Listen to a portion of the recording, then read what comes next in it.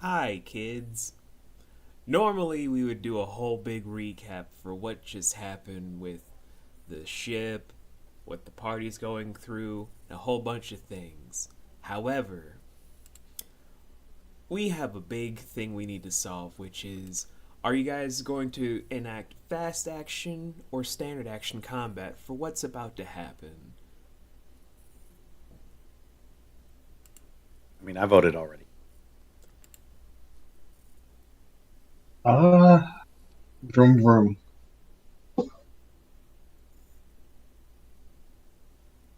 I'm good with fast action if you guys want to do fast action. Okay, I don't mind fast action. okay. It's unanimous. Wonderful, wonderful. So, before anything really goes into play,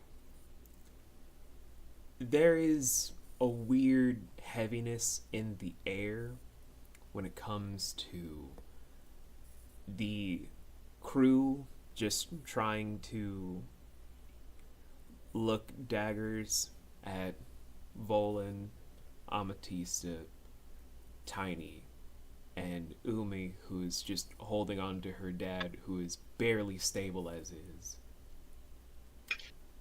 The cannons are charging extra potently against Dees and the Firebird. And before anything enacts, you guys can do anything you can to see if you can prevent whatever is about to happen next.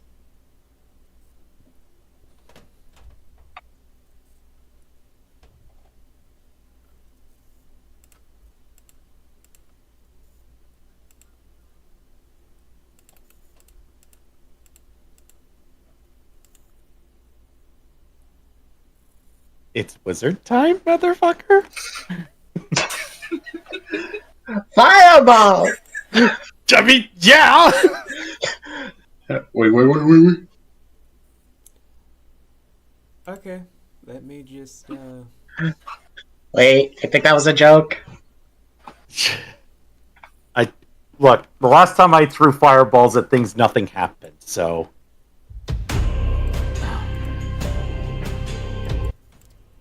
okay, how far are we in relation to the thing that's happening? Like, where is it happening?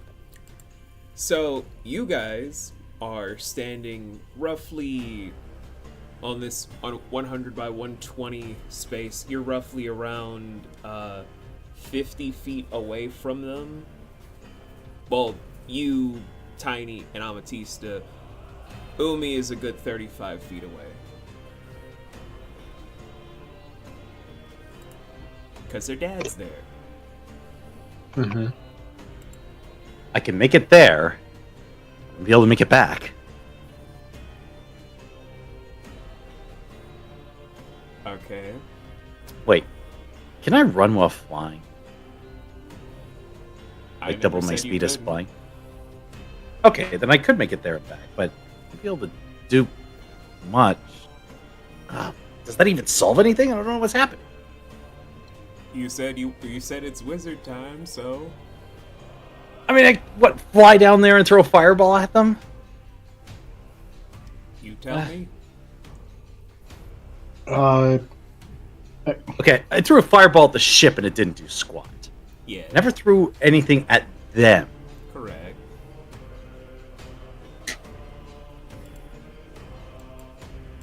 Unless someone else comes up with a better idea, I'm gonna do something stupid. Well, I mean, this Can is I get- before combat can happen, but go ahead there, Fluff. What do you want Tiny to do? again, can I just get a recap of what per se is happening right now? Again, I know four of us are on there. Umi's Yes. dad is being. Umi's dad, Amatista, Volan, Tiny. You guys are in the crew quarters, aka the second level of the ship, with the captain and three of his crew members on the other side. Dees was left by her lonesome on the Firebird, where they're aiming cannons at the Firebird and at the yacht. And that's the whole basis situation, because again, I couldn't give a recap for everyone at home, because this is very pressing matters. Okay.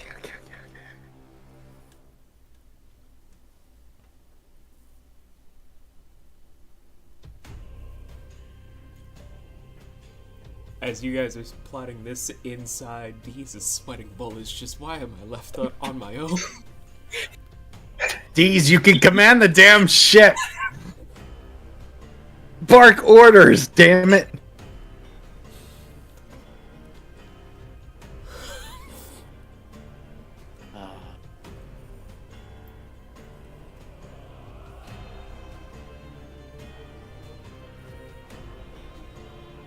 I know that we've established this before, but just to remind me, a section of the ship is made out of specially treated wood that reacts to presences. That's while the rest of the ship on Charon in the galley beneath the crew quarters.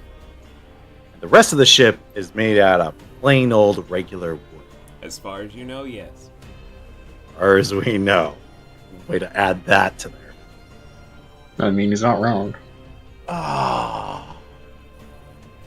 You guys gotta remember, this ship is several thousand years old. Like, almost 30,000 years old, to be exact. Yeah, and there ain't a fleck of rust or any kind of wear or tear in the entire damn thing. That is correct.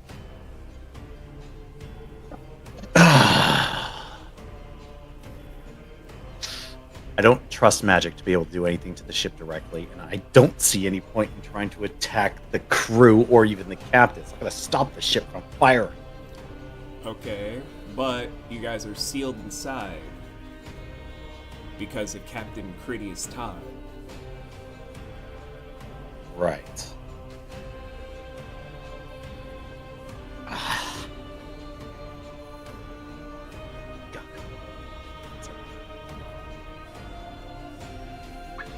Okay. I have a desperate plan. But I want to see if somebody else has something better in mind. Because it really is a desperate plan. What's your desperate plan? Well, you see, my arm is a gun. Uh-huh. And it fires a very, very big blast. There is a drawback to firing this blast. And that is... Well, for one thing, I can't use my arm for quite a while. And depending on how much I put into it, it could take away my ability to cast spells for a bit. But it also does a metric fuck ton of damage. So I could potentially hit the captain, blast through him, damage the ship, make a hole for us to escape through. You know, that kind of fight. But if I do that, I'm essentially out. That seems like it's your ace up your sleeve literal card. It is my literal ace up my sleeve in the event that magic doesn't help. The whole point of me having it is in the event that I am stuck between a rock and a hard place and magic will not assist me. It is a non-magical based attack. Okay. But it does have elements to it, blazing and frost damage. And now could create a combustion effect, like what we... Effectively, yes. It is a giant expansion of gas that gets ignited by fire, causing a huge explosion. Which we're in an enclosed space. It shouldn't hit us, because it doesn't have like an AoE. In theory. Well, it's not. It doesn't have an AoE. It shouldn't hit us. Whether or not it'll set the ship on fire is another question, but So we will not be caught in the initial explosion. That I can say. you said Cranius locked us in here. Was that just more like he closed the door behind us and did a thing, or...? When you guys tried to open the latch that goes to the top deck, you couldn't open it. When you guys boarded originally to try and save Umi's dad and the people escaping, there was nothing on the latch that goes to the bottom decks. It was just sealed shut. And this is not by regular magics. This is from an older force that has not been in the prime material plane for some time. Like, to break this, you guys would need something that could break magic to its core. Not a spellcaster, but a spell breaker or a spell destroyer. And none of you guys classify as that. So essentially a magical barrier or some kind of magical seal is in place to keep us from breaking out, essentially. Yeah. To our knowledge. To your knowledge, yes.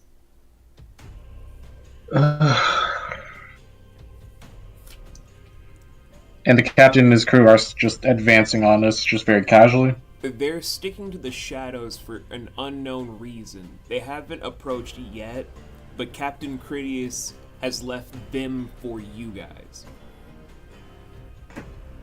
The question is, why are they sticking to the shadows?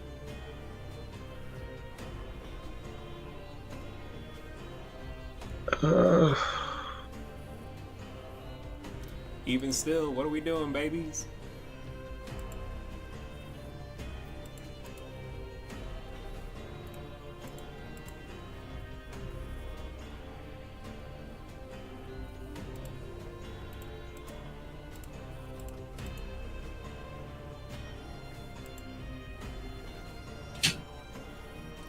I know this is a lot to consider, so take your time.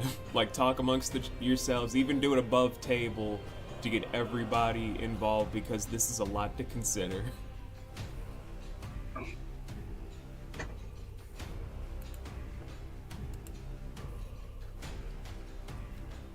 So, Anne, I know you're on the ship, but if you, as a player, want to contribute ideas, now is the time to do so.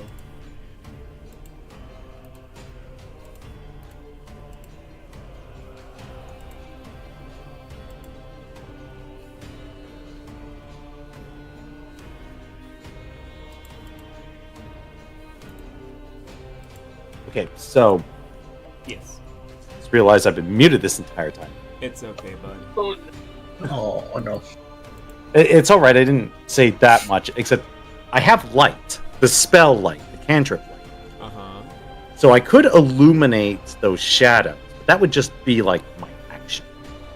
That'd be it. You guys aren't in combat yet, though. Okay, so I could pull this off pretty much for free then. Yeah, like you guys aren't in combat yet. I said if you guys want to do something to hopefully prevent it, now is the time to do so. Okay, will a 20-foot radius of bright light and a 20-foot radius of dim light be enough to illuminate the shadows those guys are hiding in? You can try. I can't judge the distance from here? I only said you could try. I didn't say it wouldn't work. Well, this is more of a passive experiment to see if I'm any good if we do start fighting. Why not? I'll cast light. Okay, as you have small, little almost fireflies dance around your rings and manacles to wrap around and then just have them float out like small little embers that then mold together to become a huge bright ball that wraps around the room a bit, bouncing off of the planks of wood to then give it a huge glow. Here's the thing.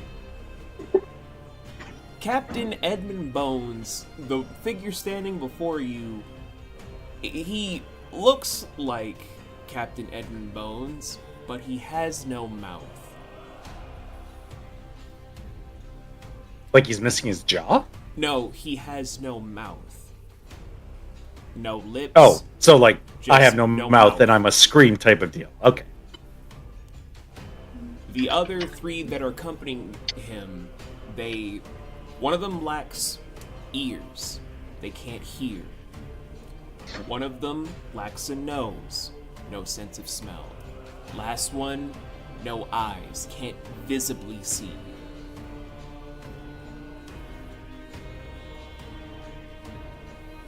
Yeah. So possibly see, speak, hear, or smell no evil kind of deal. Could be. Yeah, but they can sure see evil. Some of them can see. Which one of them doesn't have eyes? The one that doesn't have eyes is. I have to make sure I get the names correct. It would be the half giant. Yeah, but they added smell for some strange reason. I didn't know you could smell it. The Zenra doesn't have a nose. A Zenra is a half orc, half elf. Okay, so they're just naturally without noses. So this is not unusual. Or is it? Well, that's why I'm asking. Well, But I guess if I don't know the species, I'm not supposed to know. well, did I ever say Edmund Bones didn't have a mouth before? He's spoken before. I assumed he Correct. was using a mouth to do it. But did I say he didn't have a mouth before? Could I do a history check to see? You may do so. Yes.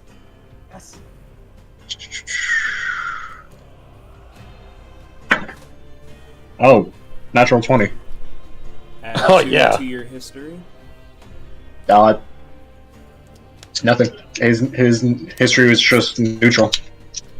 Oh, add 2. My bad. I'm sorry. I heard. And brain fart.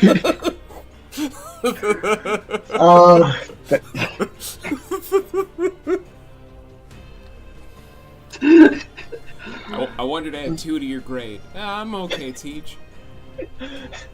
Oh, you. Oh, my bad. So, here's the thing from your memory. Every time you've spoken to this man, this merfolk that got under your skin, he had these deep blue lips that could always give off a very sharp tongue response that hit straight to the core. Pearly white teeth that almost seemed like they were literal gems in his mouth, and a tongue that seemed razor sharp while having an almost venom-like tip. Comparing that to this, something's wrong.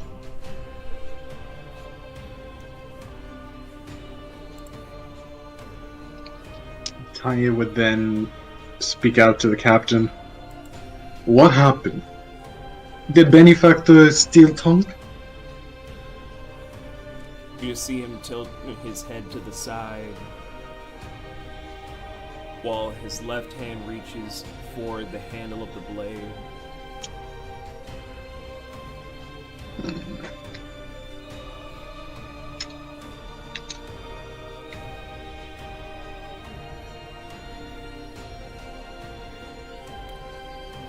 The Zenra looks on to stare straight at Umi, who's holding on to her dad, as they're reaching for a pistol.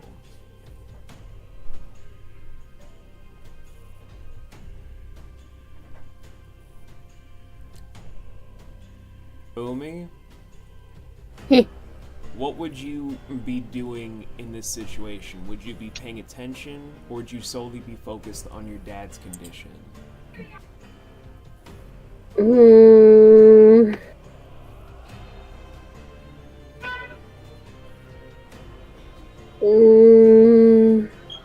Pay attention to my dad. Okay. As for everybody else in this room, what are you going to do to protect Umi? Because if you guys do nothing, Umi is vulnerable to be hit with advantage by the upcoming hit.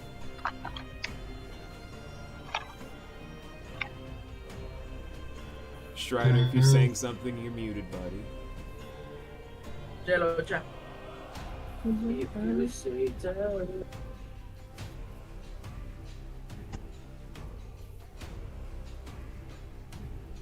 So what's the play, guys?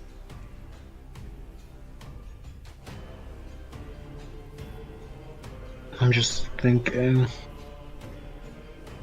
Actually, I'm gonna go pause to you guys to go to D's, where D's, you are in charge of the ship, and there are guns pointed at you, but you're also trying to help liberate the yacht. Before combat is even a factor, what do you want to do besides sweat profusely because you're panicking and you're scared? Alright, so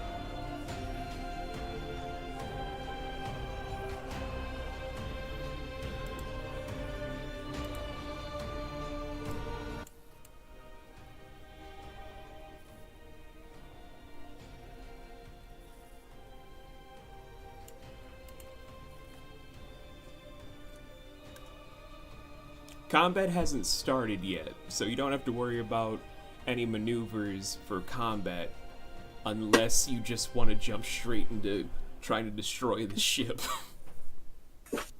no. Well, that would be funny. Fire! Funny for who exactly? You or us? Because I don't think us burning in the ship is very funny. I mean, it kind of funny. It'd be a little funny if you really just wanted to see what would happen. Yeah, I just want to see what happens when I TKO everybody. Well, that's why I'm not doing it. Because I don't want to kill the party. Ah, dang it. Well, wear that captain hat with pride, because you're the one who gets to decide what happens.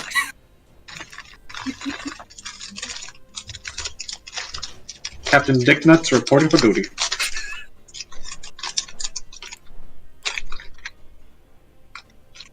There's a poop joke in there somewhere. Huh? Don't worry about it. So, Duty. I remember.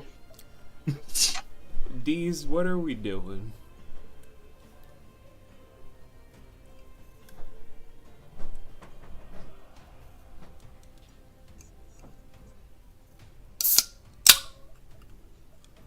I'm just popping up different drinks because it's going to be a long session. He's pulling up all the character sheets.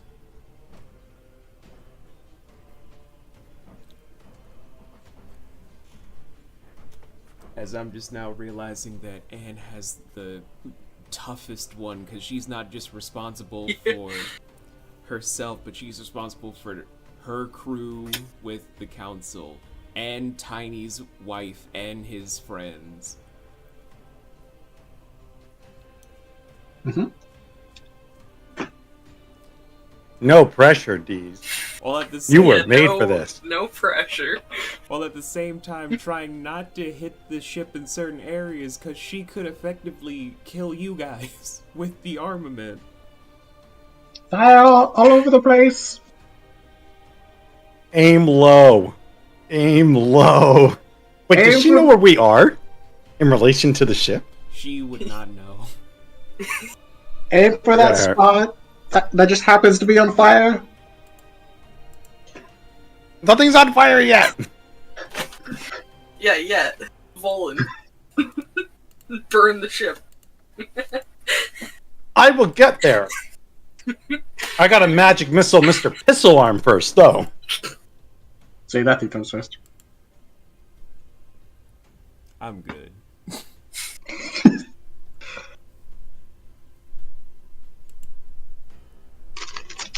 So,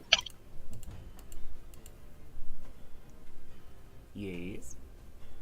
say the Firebird's somewhere alongside the ship because the cannons are pointed at it. And then, where is the yacht It in is- relation? It is below you. It's still trying to get the anchor ripped off so it's not attached.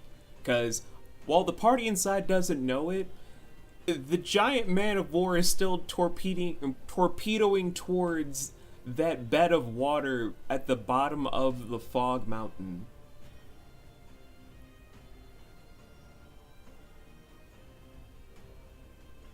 Wait, we can't feel it free falling? No. That's interesting. Now my physics brain is going off. Would it be a bad idea to try and shoot the, I guess the chain for the anchor? What weapon from the ship are you gonna be using? Some are more precise than others. Might work.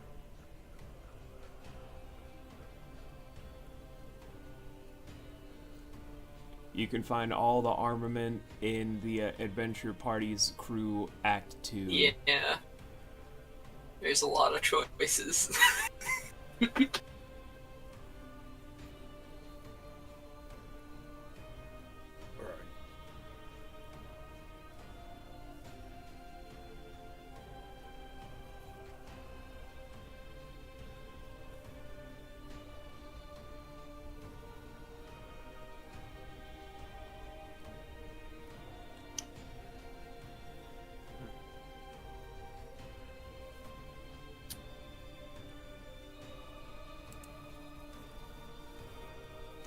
God damn it, Fluff.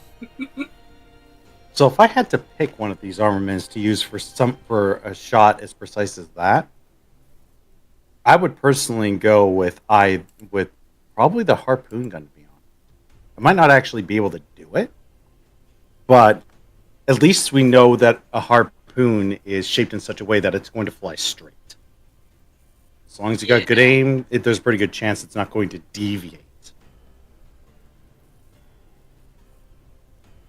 Yeah, let's try to hit the chain with the harpoon cannon. Who are you gonna order to shoot the harpoon cannon? Because this is a thing for you guys with ship combat, because you have a crew for these things. Your crew members selected can fire off your armament, but who you're selecting can determine if it's gonna be a good success or a bad success out of combat. We didn't bring anybody specific for the weapons, did we? You guys have the Stone Bros, where they are martial artists. You have Zalas the Skinwalker, who is a gunslinger that's torn out from his time period. You guys have... Wait, I have actually the entire roster from your guys' recaps, because I have to keep track of all the shit you guys do as your DM. Yeah, I'm trying to find it too.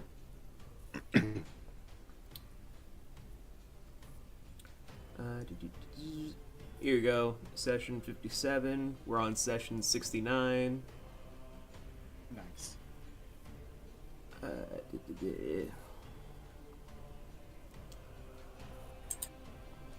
No, that's when you guys were about to set sail, so this would be...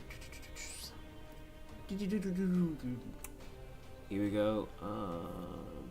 Escape from the Dreamscape. Held a meeting. Third installment.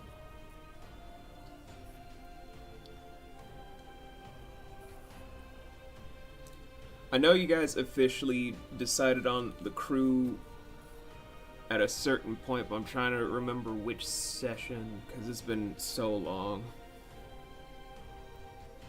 It was quite a while ago. It was before we even left for this mission.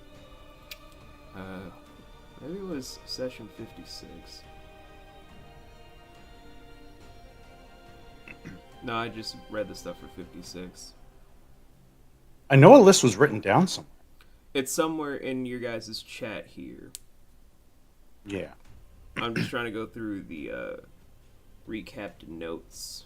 Where, if you guys remember from your own note-taking... here we go. Li Kuei, Zhu Kuei, Dr. Nameri, Zarin, Veshra, Zalas, Kane, and Murdani. Except one of them was a gunslinger? That would be Zalas. That's my recommendation. Yeah, I think Zalas, yeah. Okay, so D's, you're just calling for Zalas to get onto the harpoon cannon, where all he does is spin it around for a minute, ties a bandana around his eyes, and then shoots a harpoon with such precision it breaks the chain to send the yacht a little bit into turbulence to slide backwards to just topple a little bit before resettling. Fucking show off.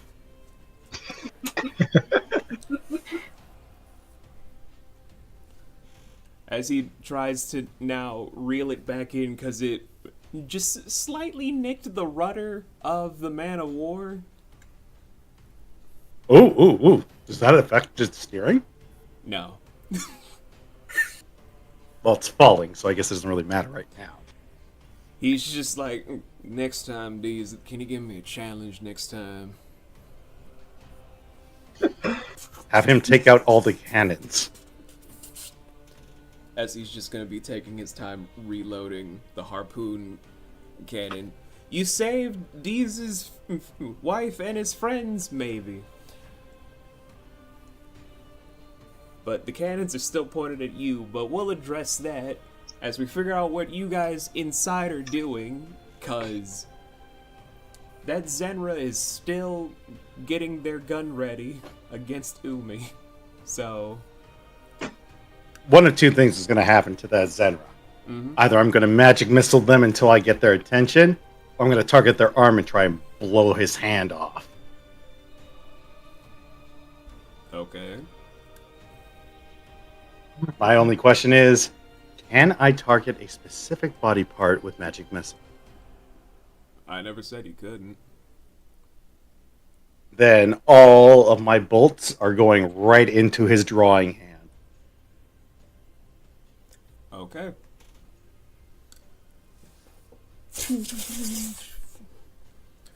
Shooting it off as if it's finger guns for yourself. The magic missiles hit against the drawing arm. And you're thinking Yep. it's going to do something of damage, but here's where things get interesting. Something. The fog layers that have been seeping through now actually make the ship slam down with such force it now reverbs to make you guys rattle a little bit like where the Zenra just actually takes every magical essence of the magic missiles from their arm to just drop them onto the deck as if they're magical bullets, let them wisp away. As now we're gonna finally go into combat. Real glad I only used a level 1 on that. Ooh, I bet you guys can't wait to get the fuck out of here. Mm-hmm. I'm just more curious to see if we will survive.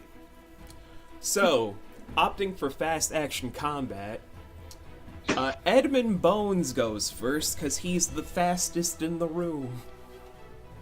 Shit. He's Oh, faster fuck, than of course. you by 5.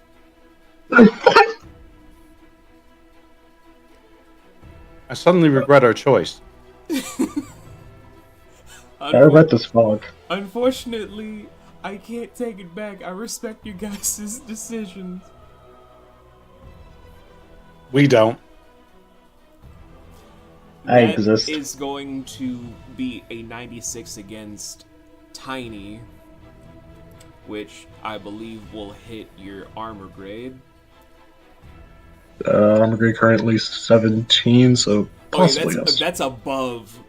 If yours is at 17, he needed to clear like 85 and higher. Yeah, that's gonna fucking hit Tiny like a fucking freight train. Just disappears in a small wisp every so often. You just hear small puddles where just out of nowhere, slicing down from your left collarbone down to your right hip to launch you straight into a wall. Where for the follow-up prompt, it's gonna aim towards you, Volan. Son of a... 73. What's your armor grade normally? 15. Oh, he sadly clears that. This is gonna hurt. He actually takes the blade, spins it around, and then catch it in reverse grip, to then actually slice down from your forehead down to your navel to slam you into the ground with the same force. Ow. You cut me in half at least. You're not cut in half yet. You do take a lot of damage, and you guys know my whole thing. I accumulate all of your damage at the end of this. Oh man, you're gonna see how dead I am at the end of this. Where now the second fastest person in the room goes, which is Tiny. How far back was Tiny bursted back? A good 10-ish feet. Vengeance.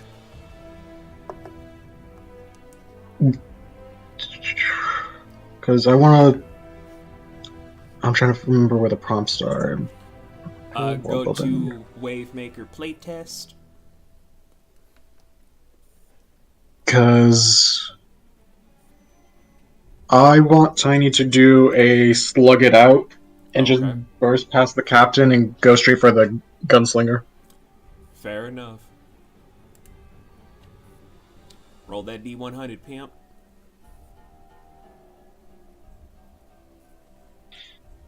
Uh, 36. 36. You rush in. Actually, you describe how you rush in, because I want you guys to have creative freedom with this.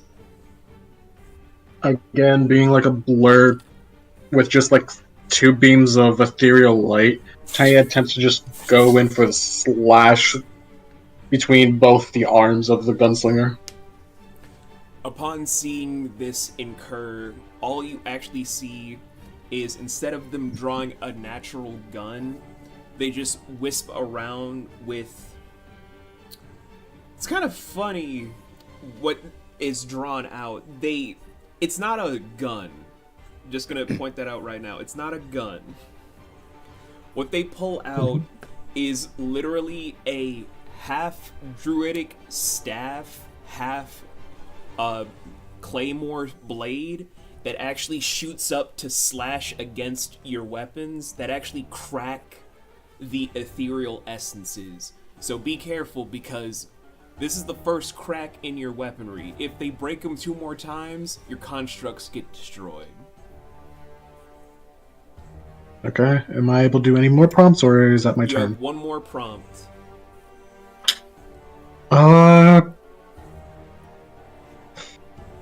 Seeing the cracks starting to form, Tiny would then try and use a number of the force in his feet to try and, like, again, create unstable environment of, like, on the ground with field destruction. Okay. That's a 10. Kind of.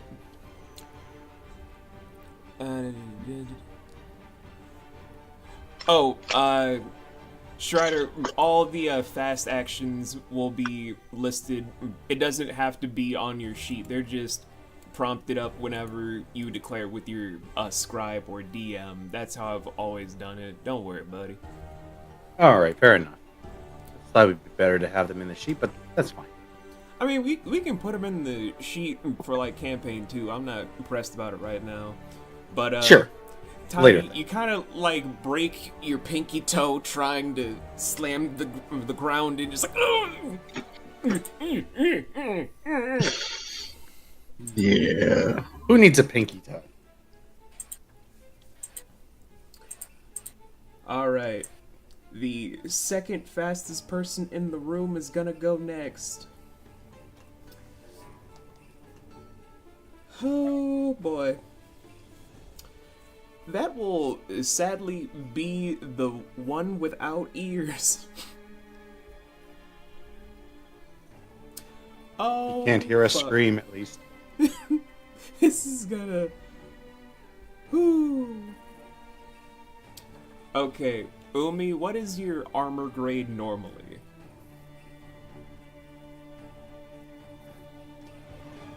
Or if anyone has a Snow's sheet, please let me know. I do have my sheet. Okay, perfect. 16. 16. So, the tiefling with no ears runs through where they have a song blade, a literal sword made out of musical notes drawn out, where they skip along to leap forth to try and slash down. But what shocks you guys is, without even looking, Umi just grabs it barehanded while slowly turning her head to the person that almost struck it, not just her, but her dad.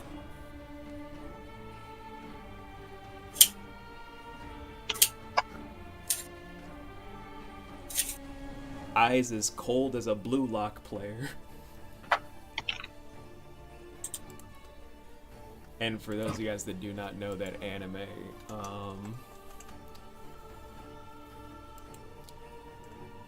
something like this.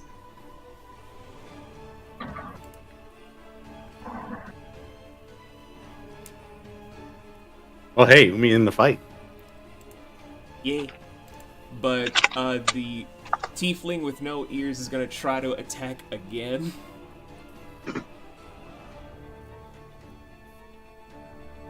Oh, even does worse. As this time, Umi actually leaps over it while carrying her dad on her shoulders to basically have herself back to back with this tiefling. She looks pissed.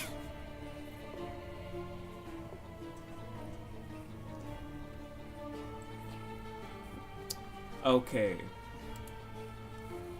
So, who has speeds greater than 70 in the room?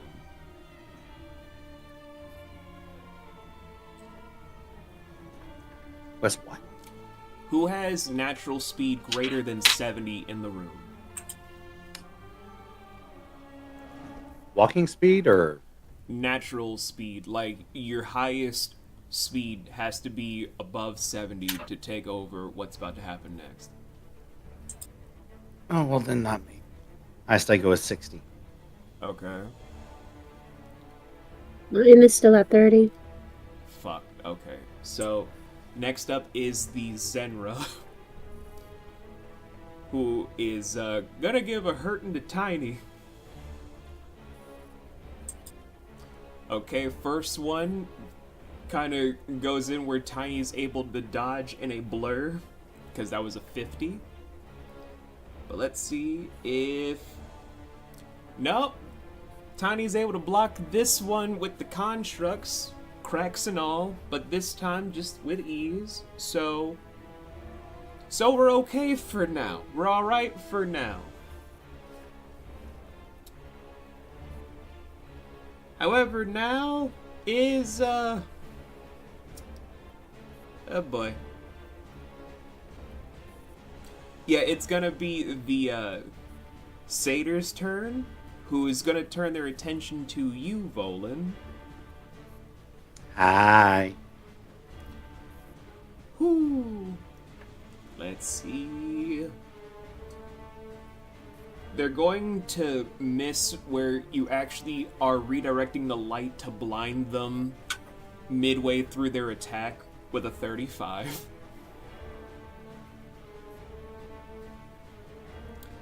And then fully have them swing blindly, because that was a 9. As you're evading blows where, when you're seeing the impact, had enough force to cave in your chest cavity. I'd like to thank all the goats I slaughtered to get that kind of dice luck. Thank you, goats.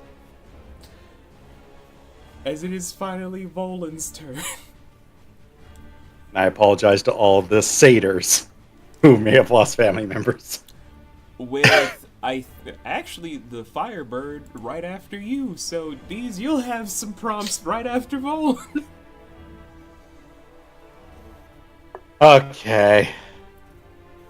There's going to be a very, very, very big signal of where we are. So please, don't shoot where you see the fire. Alright, shoot at the fire, got it. Don't you fucking dare. It's wizard time, motherfucker. A level 5 fireball. Okay. Now, who the hell to throw this? Oh, wait. Are they close enough for me to hit them in AoE? Everyone's scattered about now, with Tiny being near the Zenra, Umi being right behind the Tiefling. The only person behind you is Ametista, as the captain is just within punching distance of you. You know what? Salt of the fucking earth. I've got resistances. So you're I'm just gonna gonna do stick the this slug right in out his. option?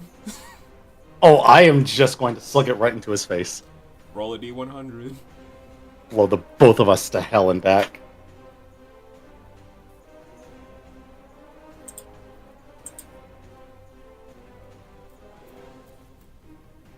$78 with a mulligan. 78 will not hit his armor gauge. You go with the slug out option to... You know what? I want you to set it up creatively. Don't just make it a basic bitch thing. You guys know I hate that whole... I just throw it like a softball because that's how wizards want you to... No. Make this shit cinematic. I want this cinematic, motherfucker. Alright. You want cinema? I'll give you a cinema. I conjure the fireball utilizing both of my hands and condense it down smaller and smaller like it's about to collapse into a neutron star. Hold it into my fist. Wind up and punch, slamming downwards at the captain's head. To aim at full force into like a big old fire fist. Honestly, I love that more than just I conjure fireball and then I throw it like a softball. I remember a player did that for me once and I was like, I'm gonna kick you straight in your chest. How the fuck dare you? Know, Deez, take that image and just imagine me shooting that through my mouth, and that's gonna be my fire breath later. So, Volan, you do this by mixing magic with martial prowess with such pristine, such energy, such ferocity that flames just woof, open up the panels with enough force to briefly give a signal to D's of like, okay, so my friends are there. But when the whole entire smoke clears, quote-unquote Edmund Bones is just standing there. Not a scratch on him. Motherfucker! That was and yes, beautiful, I do though. say that audibly. That was beautiful, though. I love it. Oh, anytime. Happy to give a little bit of flair. You still have another prompt you can do. You can slug it out, you can do field destruction, or you can try and see what would happen if you tried breaking my limit.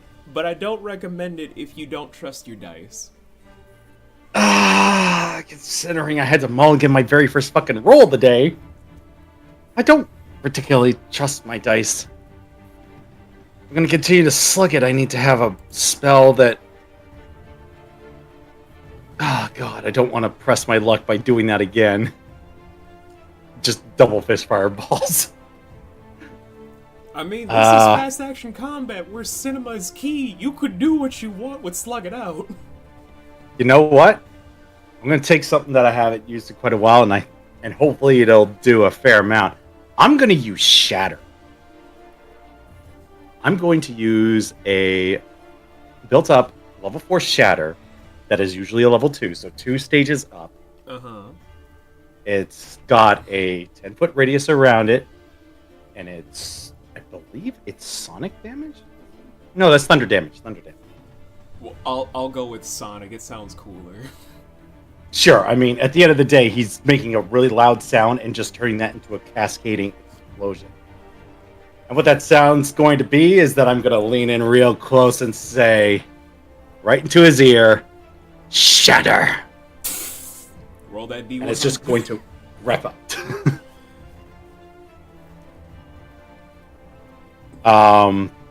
Normal rules is that it's a Constitution save of 15.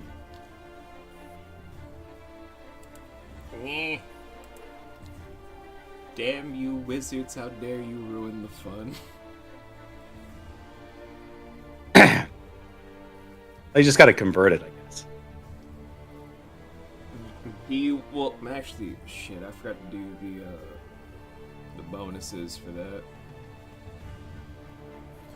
So I mean, you still call Constitution, so just, do a saving throw of Constitution. no, I know, it's just that plus the... So for 15 into a D100 system would have to be... He's off by 10. He got 60 in total. So he takes the full force of the shatter. Cool. And if it does enough damage, it could potentially... Or if it does enough, it could potentially do damage to the radius around us. So the floor, ceiling, anything within 10-foot radius is going to get hit by this. So there is splintering around where, quote-unquote, Edmund Bones is a little bit perturbed, like a little annoyed. But you're noticing that the planks of wood are glowing dark purple. Oh no, too much purple energy is dangerous. Whew.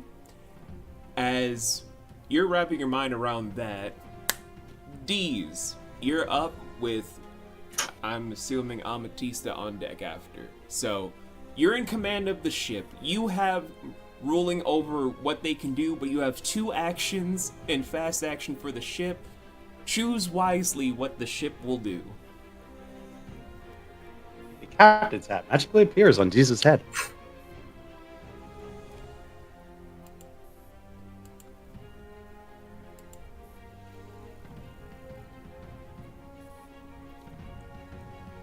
If you need to look over the stuff again, do not forget where your list of attacks are.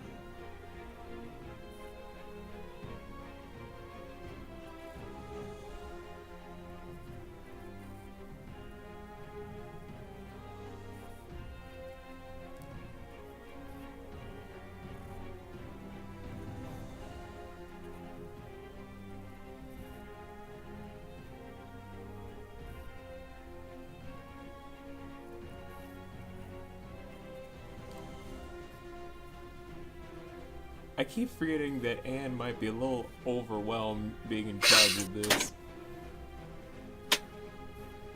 This was our brilliant idea to leave her behind. We've only ourselves to blame.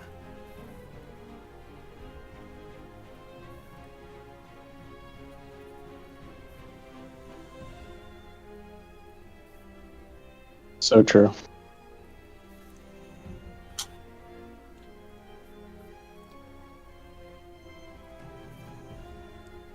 I got a bit of a question. Are any of our cannons already facing the man of war? The ones on the starboard side would be aiming towards. Only one not aiming would be the hidden cannon in the figurehead. The hidden. Take it that's the one at the bottom. Yeah, the Eldritch Refined cannon that could always be upgraded later. I mean, as much as awesome as that would be, it's an opening attack. It's an opening attack while the rest of the party is still on the other ship. That's probably You know not a where good we idea. are. Just don't aim there. I gave you where our location. Or, hear me out, you could take evasive maneuvers. Yeah, I think evasive maneuvers might be best. At least as a start to get you out of the possible aim of sights. Yeah, fair enough. We are being aimed at. So, We? No, she. so what's the play there, my good friend?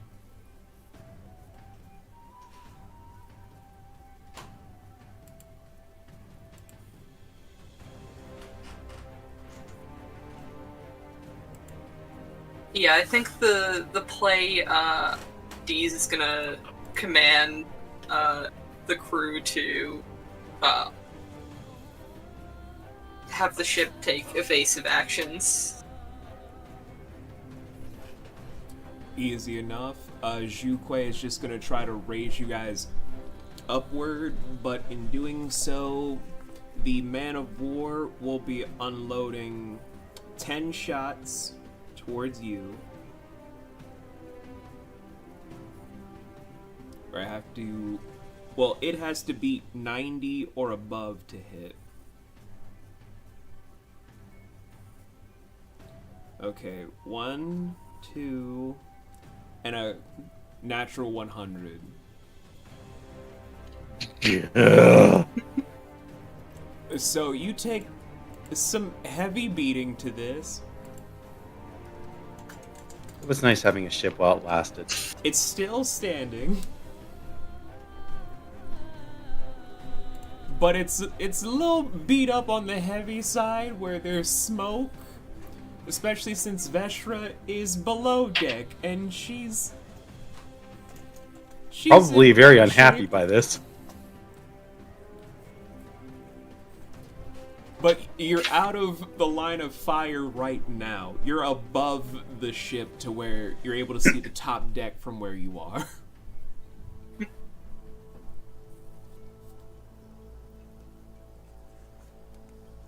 But you might want to, get this repaired or... Yeah. You still have one more prompt you can do, or command the crew to do.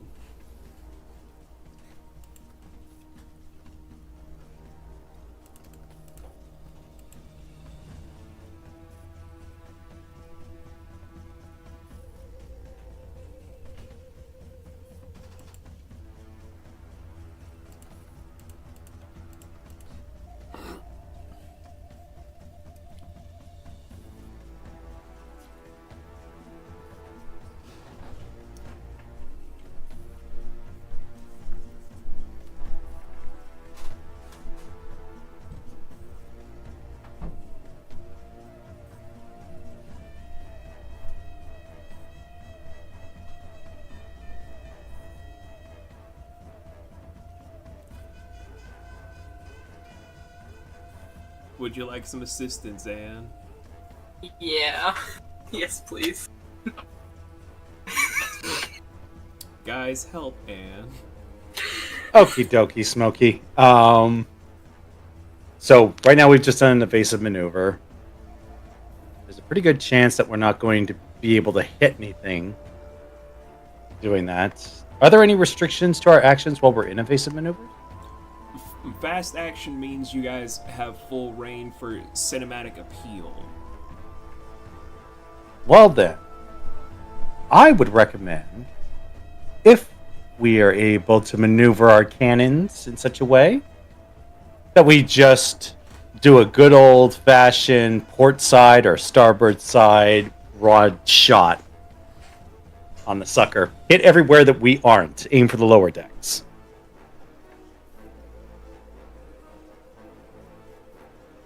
Or, do a barrel roll. That's always a wonderful idea, Fluff. Don't you mean aileron roll? I'm saying it for the regular people. I love you for knowing what it's actually called. Because we're absolutely right. That is not a barrel roll. That is also an aileron roll. I'm going to bed, SpongeBob, because you ruined my fun.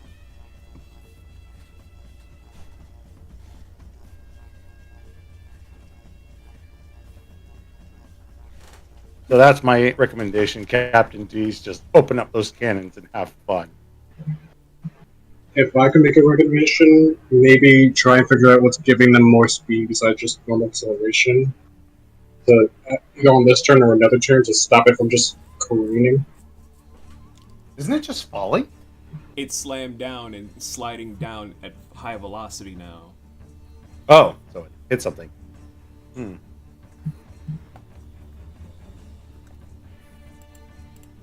Well, one way to stop it is to get ahead and get in its way and try to slow it down that way, but I don't think that's a good idea. I was gonna say, the ship's already damaged. That's gonna destroy the ship. Yeah, no, I don't think it's a good idea. That's effectively letting them do a side ram on us. Yeah.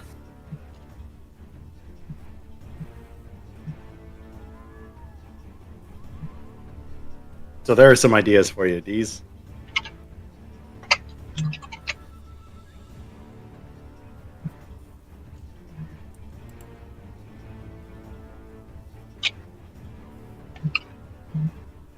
I know Anne's probably just like, what is the best option? And also, like, how am I gonna explain this without it sounding weird?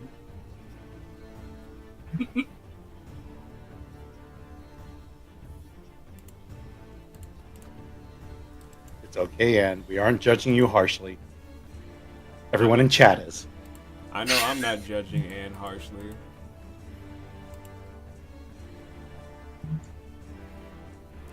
And for everyone that watches the VOD, I hope you guys aren't judging her harshly. I was gonna say, everyone in chat and in the VOD don't see all the different options. Yeah, but it's the internet.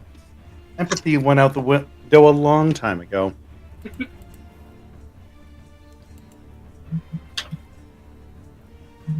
What options are speaking to you the most? Maybe we can help you with that. Yeah, let's narrow it down.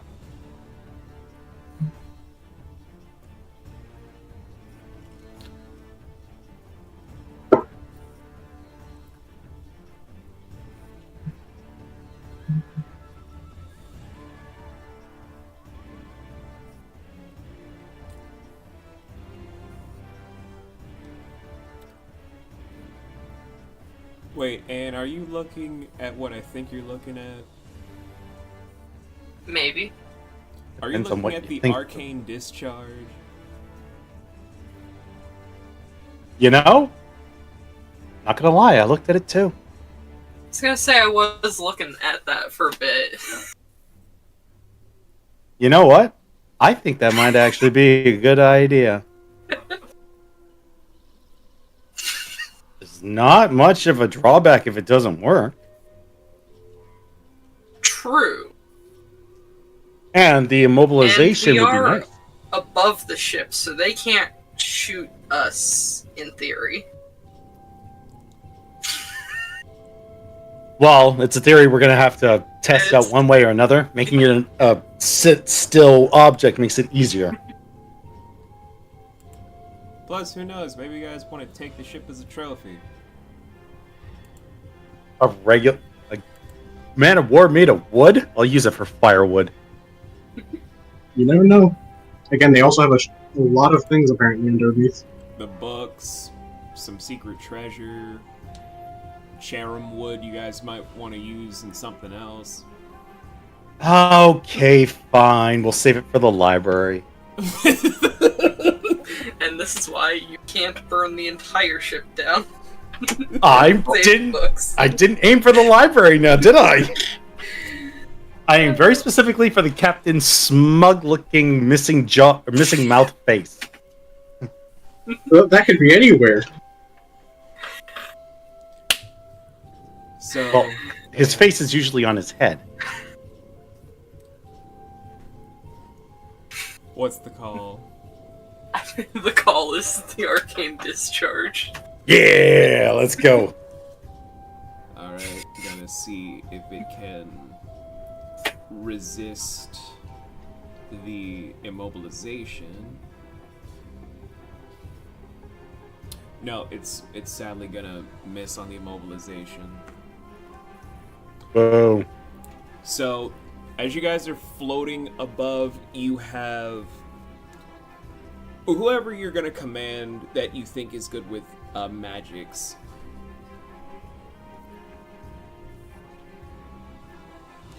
Wait, Yeah, who would you Atlas? command for this? We didn't bring spellcasters on the crew, did we? Dr. Nemeri does magic. Murdani does magic. The Stone Bros do not. Zalos doesn't. You guys don't know what Kane can do because he never comes out of his room. Just go bang on his door. Kane! If you knock on my door one more time, I will send you back to your family in pieces. We need you to do a magic thing. No. Oh.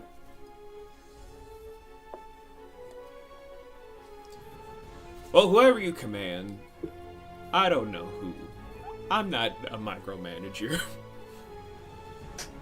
Clearly not.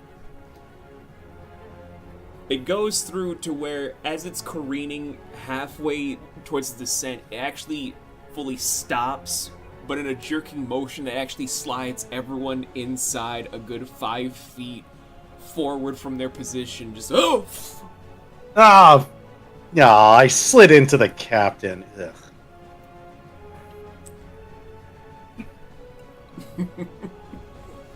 Wait, if I make contact with the captain, does anything happen to him? Does his body do anything? You feel a bit of slime.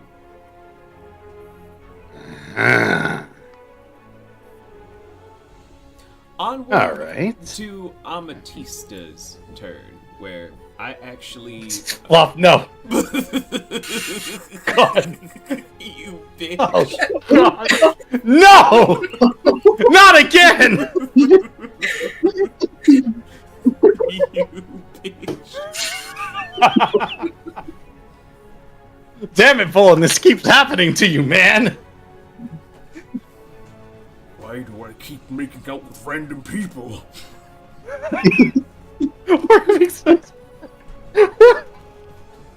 Oh, God damn it. Every time I keep making out with these people. They always stop. They always say the way to stop a vocalization spell is to stop them from speaking, but that's not what I meant. But, for Amatista using her advanced barbarian skill, she's going to, by choice this time, leap into Joust with white and gray feathers, with her skin almost appearing very peach-like with various tattoos, as she's riding atop of a spirit owl bear. She's gonna aim for the captain. Don't hit me. Don't hit me. Don't hit me. Don't hit me. As she's charging forth with a lance at the ready, spinning forth to try and lunge into him for impalement damage, all he does is kick you aside and grab the Ow! Fuck! lance to then have her slam into the wall,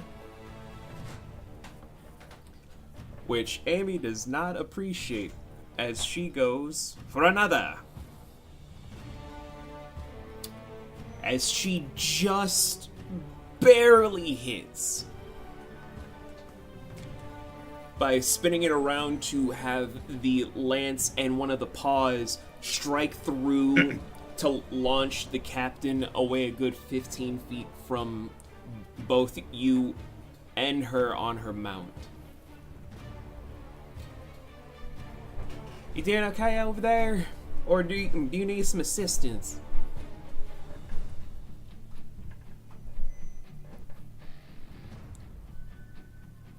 Okay, fine, Volan. Ignore me then. Ow! Ow! No, I'm fine. Oh! You just kicked me is all. As the next person on the loop. Ah, damn. Let me just double check. Because I don't want to say it incorrectly. Nope, it would just be Umi. It would be Umi's go right now. Save us, Umi.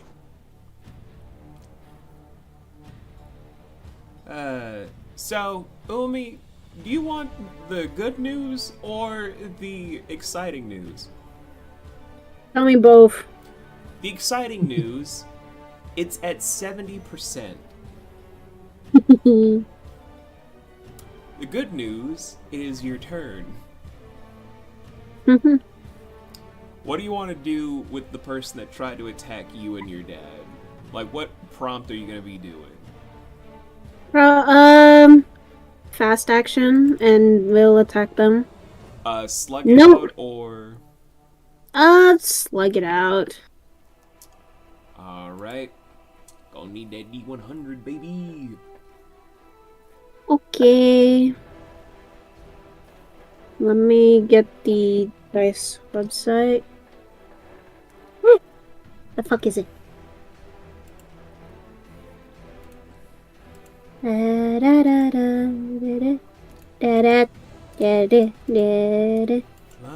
me to the moon. 83. That hits. Fly Describe me what this to the attack moon. does. God damn. And let Umi play among the stars. Let me As see she what your kicks blood the is ass like. of this asshole. The dice gods just love me, bro. So describe this attack for us. Like a double spin fan attack with like some imbued magic.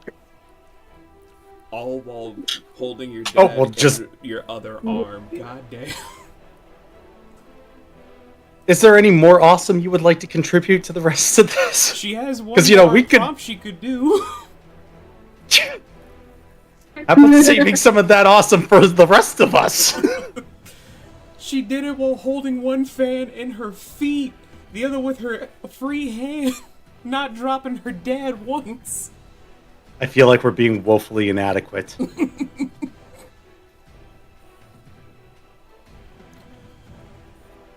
But, what prompt are you doing, Snow? You could do another Slug It Out, or, if you want to risk it all, you could do a Breaking My Limit. I'm not breaking the limit yet. That's a bit too early. Still. Okay. So another slug it out. Oh, that D100. Okay.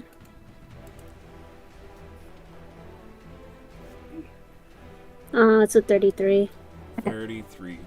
This time, while going in for one of the slashes, the tiefling catches one of the fans that make you stop midway. As you're both in a huge stare down as the boiling bubbles in your system are slowly accumulating. But now, we're gonna go to the top of the round with Speedy Boy. Woo! Hated it already.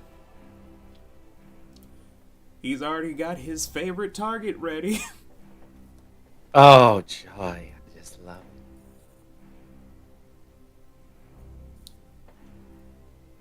So tiny.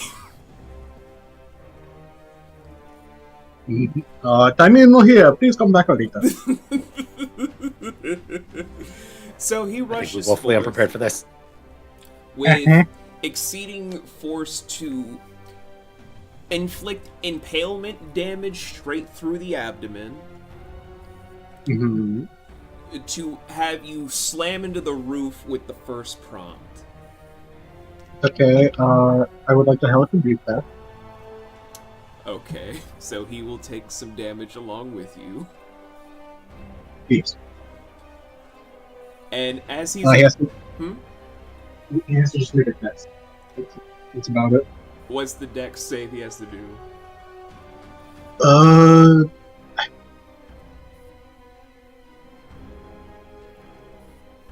I always forget.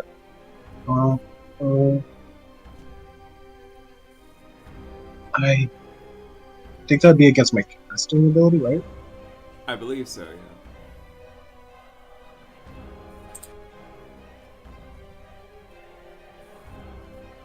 I know I had this on the previous sheets, but I Look at don't your think previous sheet.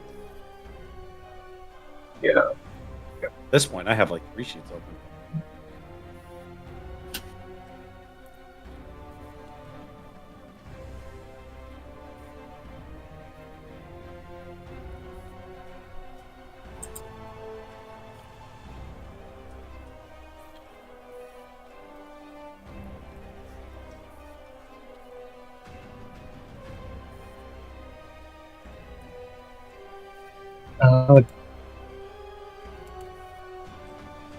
I think I might have lost it, I'm gonna be honest.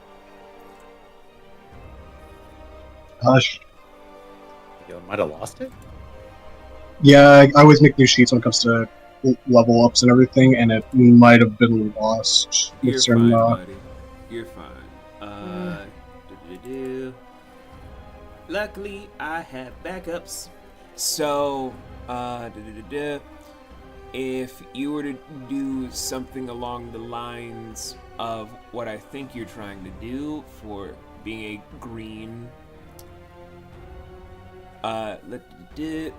it would be a knowledge, wit, or charm as your spell thing for a hellish rebuke. But that would be for ghastly visage for them to do that. As for hellish rebuke, it pays to try and make sure you help your players. That it does. Hellish rebuke. Dex save. It does not indicate. I think it's just using your spell casting modifier with your overall stuff. Yeah. But for fighters, I think that's like your strength plus, like, I think your proficiency, which will then also be plus your dexterity. Probably. Because if we add the monster, my strength and finesse, it would be a total of an additional 6 to whatever the DC would have been. Do the math. So 6, and then your mastery thing for spell casting would roughly be what, 9 or 10? I think 9 because my mastery is like. Oh, then the dice I just happened to roll without even knowing, they beat it. That's fair. I think they either take half damage or no damage. We'll say half. Yeah, they take half each. As now I will roll for the next prompt. God damn it! Bye, Tiny. As soon as he's done impaling and you're coming down, he then spins the blade to then be at the sharpest end, slamming in the middle of your spine to have you just into the deck. You're at best in the critical threshold if I were to give you the full calculations. Oh, and then just a little spiteful bit of blood drips on him and just smears him with 2 damage. As it is now your go.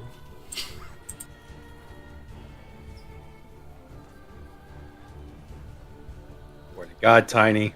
I'm scared for Tiny, guys. You're not permitted to die, Tiny. You just came back.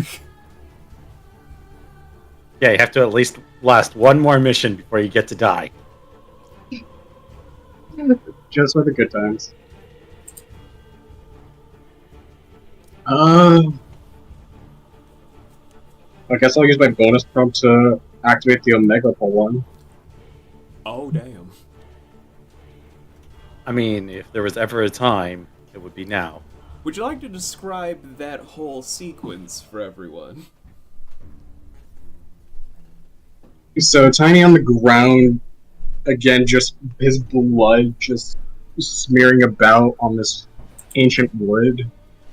Tiny's just gripping his ethereal weapons that are probably at this point kind of starting to fizzle out. because he's starting to lose like forms of consciousness. He would stagger back to his feet, look at the captain, or presumably the captain, and his body and instincts would kind of take over to slam the two handling sticks together to where they extend out to create a kind of bright burst of ethereal light to where it pulses and creates not a naginata, but a long polearm that gives off what seems to basically be kind of a radiating, somewhat life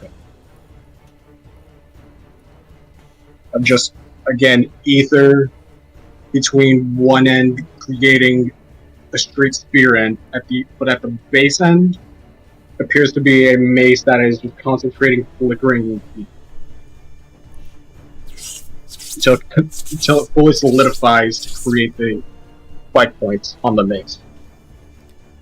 At the same time, where Tiny's horns are more pronounced, his hair is more wild and feral, his muscles protruding outward, looking like an absolute unit, and even gaining like an additional 2-3 feet on him, as his very tattoos just glow bright pink, green, and dark blue on his skin. As Tiny in the desperate space and time, he's gonna try and break his limits. Because Okay. because his mind is going do or die. Okay. I swear to God. You saved your mulligans for this, I hope. 90. Well, that better fucking work. That's all I'm gonna say. Self-love. Mm-hmm. Set the scene. Yay! Tiny lives. Again, even though other opponents are all over the place and everything, knowing that this man, or what represents this man, because again, this could be a fake, it could be real, but Tiny does not care.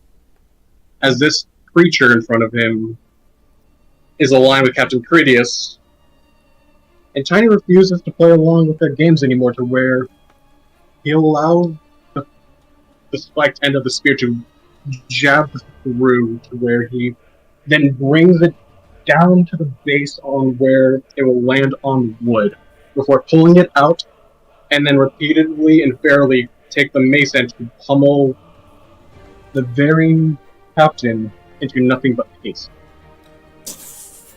Just rapidly using his speed to just make it a blur.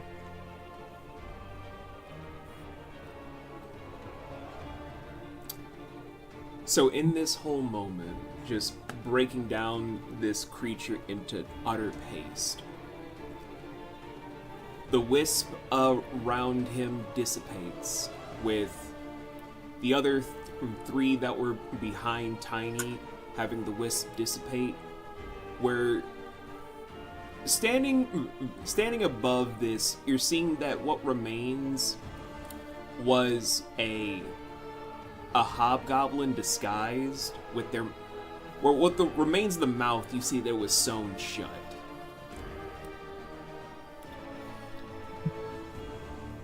Standing behind Emma, sorry, Snow, you have two interesting characters, I get mixed up. Standing behind Umi is not a tiefling, it is a gnoll with their ears sewn shut. But their mouth is gagged.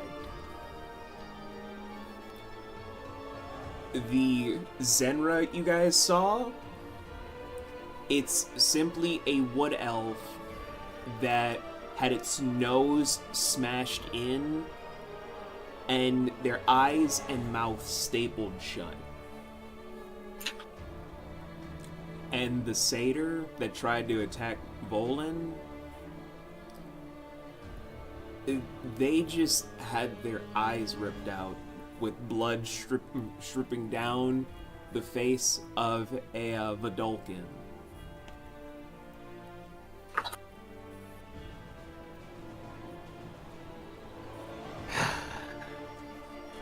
Damn it.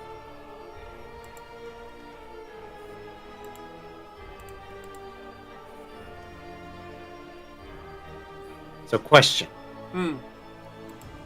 Their garb and appearance look at all like they might have been slaves. They look like people that have been here longer than most entrapped people. I don't know, that could mean anything.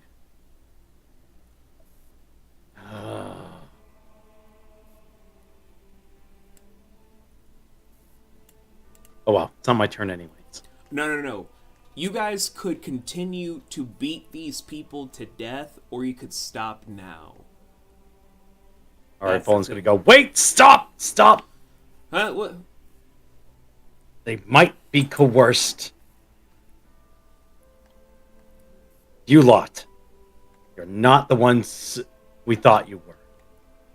You don't intend to harm us.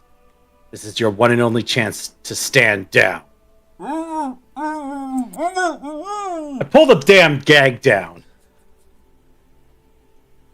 I'm tired.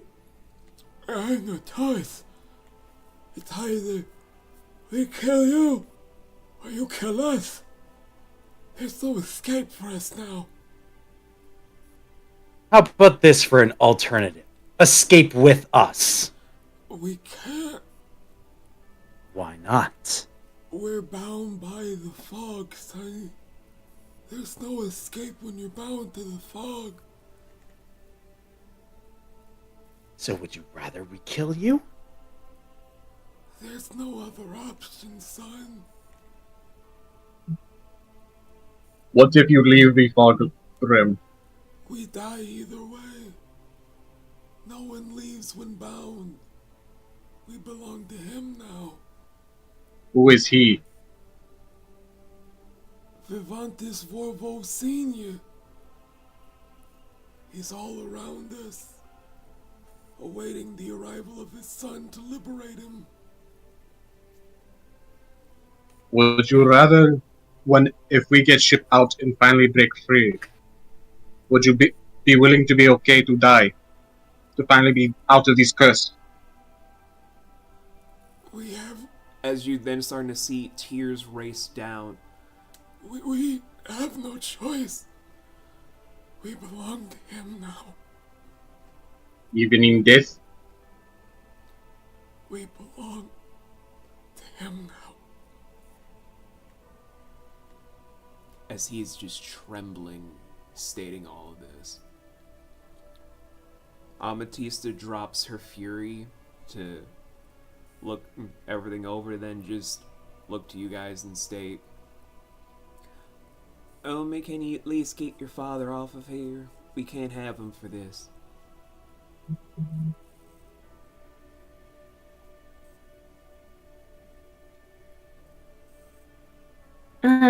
Sure.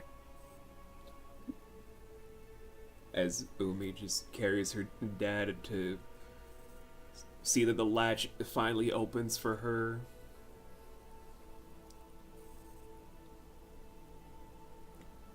All Amy does is state, Volin, Tiny, I don't think we got much of a choice here.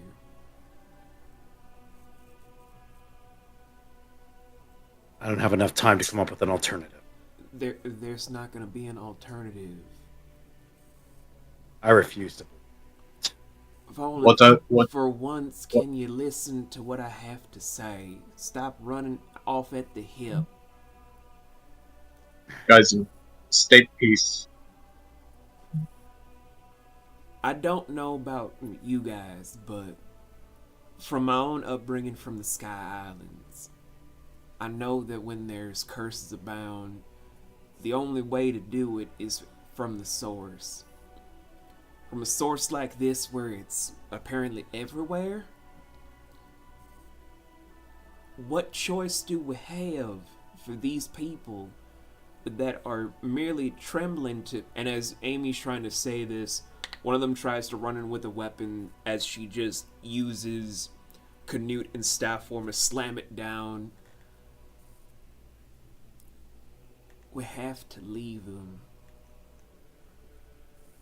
Or we can take them out and they can die. There is no middle option.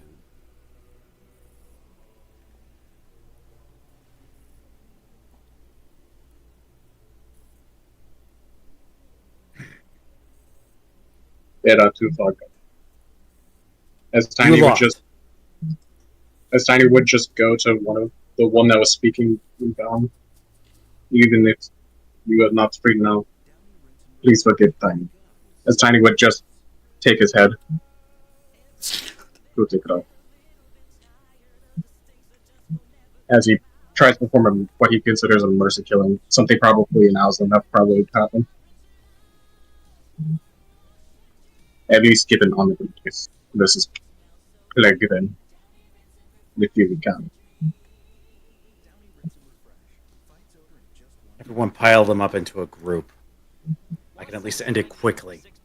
And all of them at once. So I charge another fireball.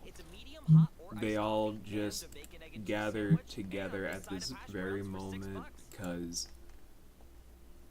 they have no other choice. They just stand there, arms shaking while carrying the weaponry. What do you do? Oh, I'll be saying, you lot. I know you believe you belong to Vivantis Vorva, the Lich Wizard. I don't have a way of freeing you now, and I'm not even convinced that death is salvation for you. But if there is a way, if there is ever a way that I can conjure your freedom, you have my word that I will do so. But until then, find peace in the brief moment as I end you. I wind up and toss my fireball in.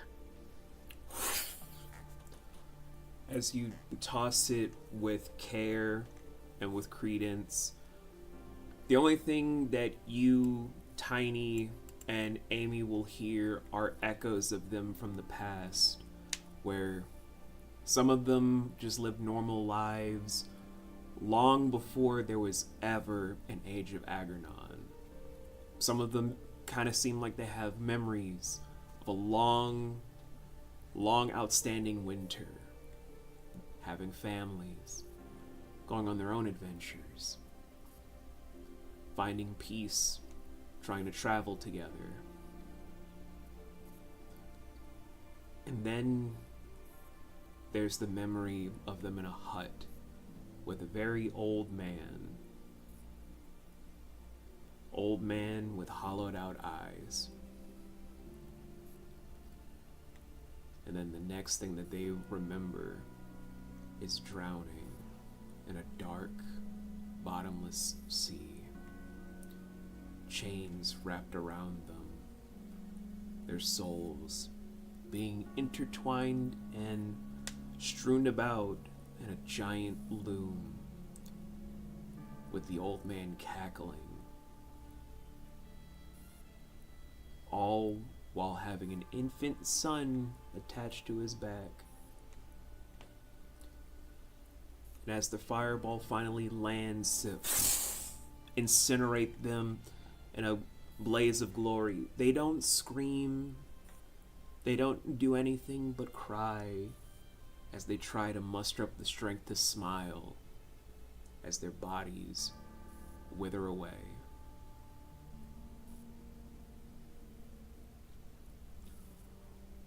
While Amy is angrily walking away and punching one of the walls in frustration over this, what are the two of you doing just still standing there? Bolin watches, makes absolutely sure that they do.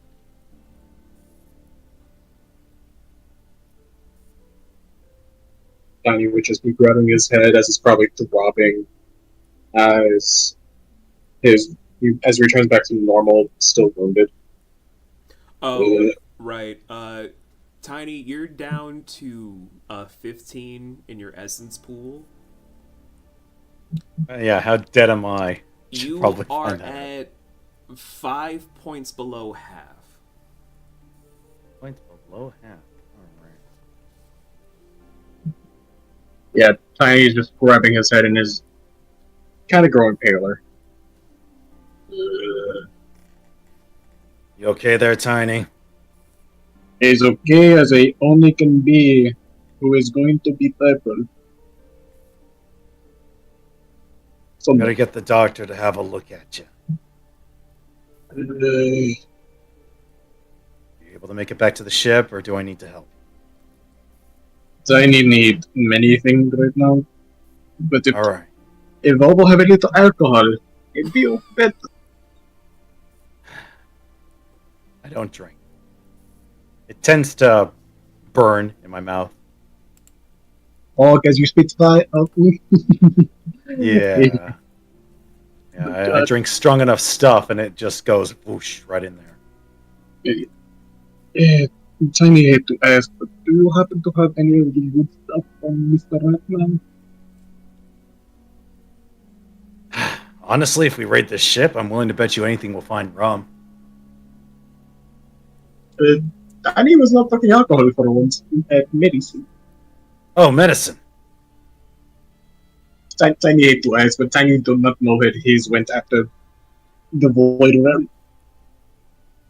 Where's the good one? Where's the good one? I know I've got a few. You have several. I damn well better. Whatever you want to part with, friend. I'm just asking because I forgot to say I bought stuff way before this. It's fine. It's fine. Don't worry about it. I haven't been using them. Been able to heal myself. Vial of revitalization. Will that be good enough? It's just me again. Whatever you want to part with. I think that might be the best thing that I have on me. Yeah, it is. I don't have any of the bigger, higher end ones because I don't have the HP to justify it. So, all right, Bolin rummages through his bag and pulls out a vial of revitalization and hands it over. Here you go. Thank you. Oh, and a trade for trade, as Tiny just pulls out a kind of what he says is a shit ring. Take it. Maybe good for any lady friend. Yes, Tiny is going to do this when we are in danger. Bolin takes the ring. What, a ring? He is one of Tiny's first experiments. Take it. Maybe with money. Good gift as Tiny just chugs down the revitalization potion. Bolin takes a bit of an eye to the ring to see if it's magical. I'm gonna leave that up to Fluff for later, but you do see that the corpses have burnt to utter ash.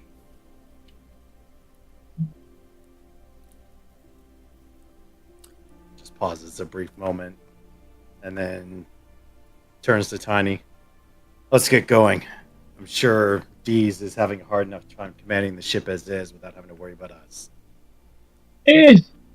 How bad can these be? So the whole You've known her longer than me. You should know better. The whole time you guys were down there, Amy has just been trying to console Deez, who has just been having hyperventilation fits.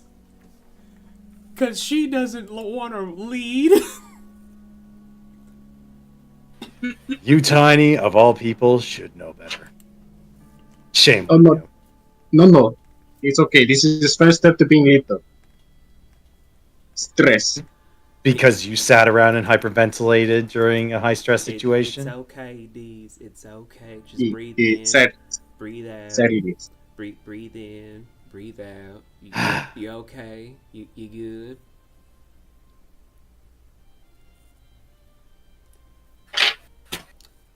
Guys, I think she's broken.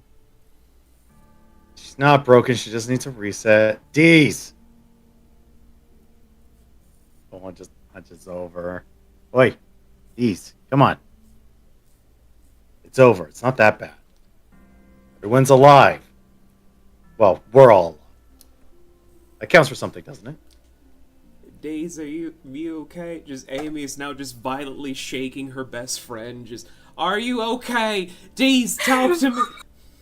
Amatista, don't go shaking her violently. You're gonna rattle something. I'm Wait, okay. wait. I'm okay.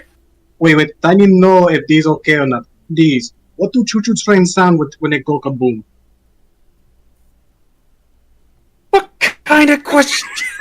It goes boom boom. Okay, if she not laughing, she broke me.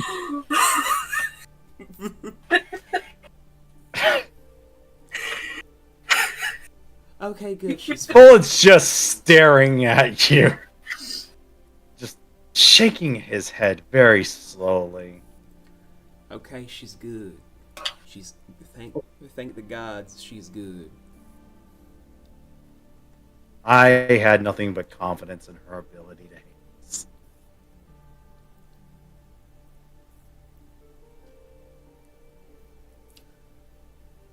So as you guys are taking this moment to make sure Deez is fine, By violently giving her neck a spasm. there's just a small problem that Is it the Man of War? yeah, it's no longer gonna be immobilized. It's gonna slowly start sliding down. Just Harpoons! Harpoons! how are you guys gonna stop it before it hits the waterbed? Hey, Hey, I gave my whoa. suggestion. Harpoons. Vovo, What? remember small plan? Small plan. Maybe make Man of War small. But I can't change the size of something that big. No? I've never tried. I have to experiment. This time he just slams his hand, slams forward his hands to send out a magical wave to try and reduce it. Oh, you're out of your goddamn... Fine. I mean, if you both do it, who knows? And then Tiny's just gonna yell, "Rainy, hit the harpoons!" As you're yelling this, Rainy is too far away to hear. All she says is, "What?" At like a very faint degree. Shout louder or use your eye stone, you dork! When you say shout louder, Tiny just uses ghastly visage to yell out.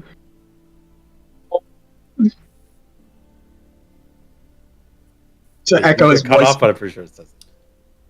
And yeah. Just to expand his voice louder. Louder! Okay.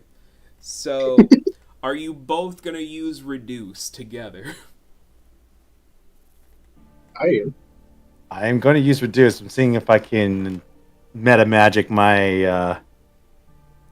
No, I can't. So, never mind that thought. Yeah, I'm just going to use Reduce along with him. Okay. We're going to shrink this thing down to bottle size. Hopefully not bottle size, because you guys are still standing on it. Yeah, I can just fly. I'm just hoping to reduce the size just to, again, get rid of the inertia that's in it. Wait, we're on the damn Man of War. Drop the anchor! What's his anchor? This thing has to have an anchor! So, two of you are doing Reduce. Who's trying to drop anchor?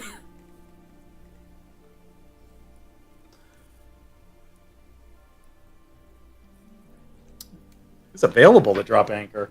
Well, there's Deez, there's Umi, there's the crew. Aren't they on the other ship? The Isn't it just Firebird me and dropped Tiny on the Man of anchor- War? The Firebird dropped anchor to the top deck for Deez to get Umi. Wait. So, the Firebird's anchor is on the Man of War? It's on the deck, yeah. So as we're sliding down, does the Firebird's anchor catch anything? It catches one of the masts. Does the mast hold? It does, yeah. So why isn't the Firebird stopping it? Acceleration. Because Physics? it's larger than it. Okay, so we have to reduce its size and the Firebird will stop it. Okay. Or rip the mast, depending. Depending on which one happens. Still, the plan is the plan.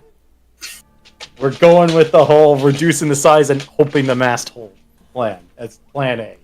Okay, let me just... I need you guys individually to roll d12s, and I have to roll something. I'm not going to say what dice I'm rolling. I'm just going to be rolling a die. It's a straight D12 with no modifiers? For both of you, yeah. 10.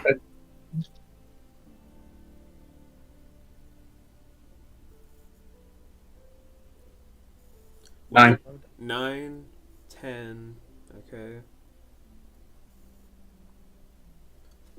Alright. So, as the ship is careening faster and faster, you both use reduce with enough potency to have it shrink down, where luckily, because I rolled something, because if it were a lower rating of what dice I was rolling, this would have been bad. But the anchor attached to one of the masts allowed it to slow down a bit to where, as the inertia is making it fall forward, the force of the Firebird is allowing it to slow down with enough careening speed to have it just lightly hit the waterbed and just float onward with no problems towards your ticket out of here. Whoever's left on deck, damage report! I think he's screaming that's a Firebird. Oh no, I'm actually screaming at the Man of War. As you're screaming that, just with the gate right there to get you guys out of there, that rift gate that's with the scent of Isano right there. Just coming out of the kitchen is just... Okay, I've got the entire meal planned. I got it all figured out. Just walking out, just covered in food residue, is Laszlo looking around with his Cheshire grin like, what the hell happened? Just seeing all of the pirates and enslaved people strewn about unconscious or groaning in agony. Just, We killed the we killed the quote-unquote captain, right? You We killed someone killed- masquerading as the captain. We killed his doppelganger, essentially. Right. Hey Laszlo, were you in the kitchen the entire time? How else am I supposed to cook dinner? Okay, well...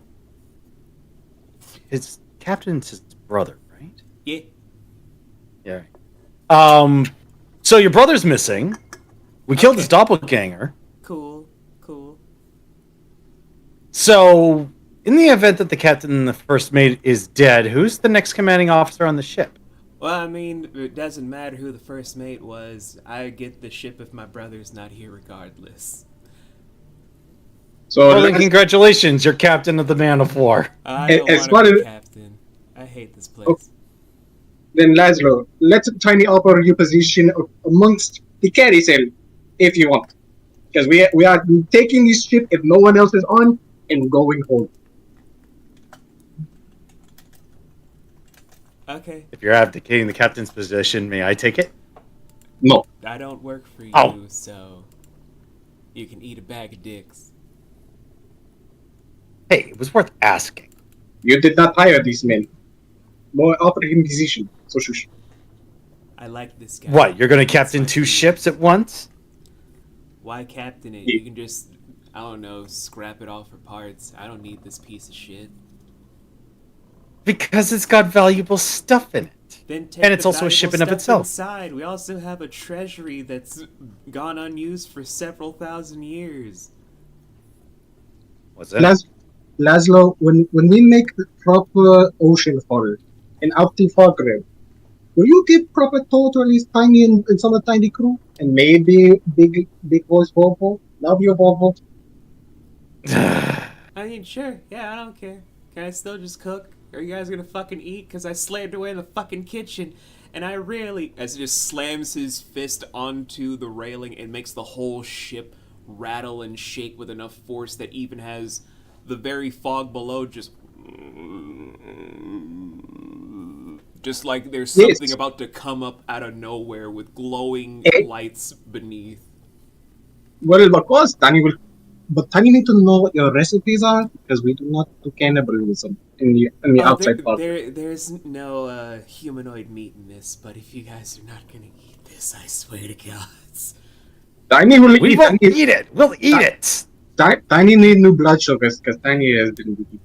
Fantastic. Look, I'm sure we will all have some. Great. We've all been busy. Then, with just one clap, all the pirates that were unconscious now just rise up in fear and sweat. I need all of you worthless sacks of emergency food to sail us through that rift gate now before I get angry. Yes, sir. Yes, sir. No problem, sir. I don't want to fucking die. This guy's crazy.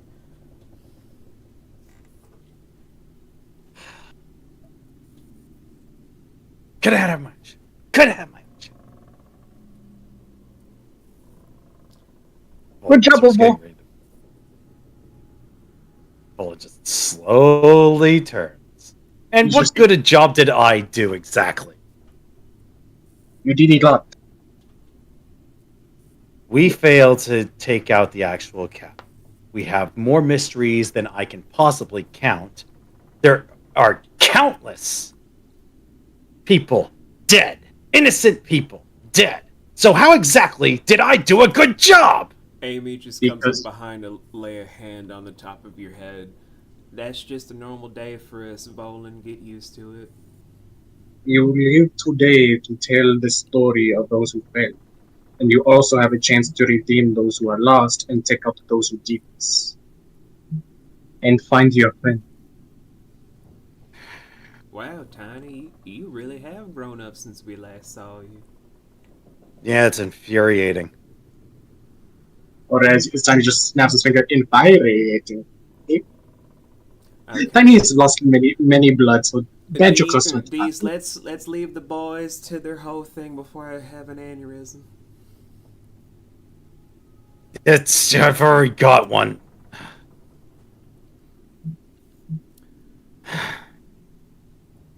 So, if you guys want to do any final things, like anyone here above table want to have their characters do anything before you leave the fog of Vivantis, now is the time.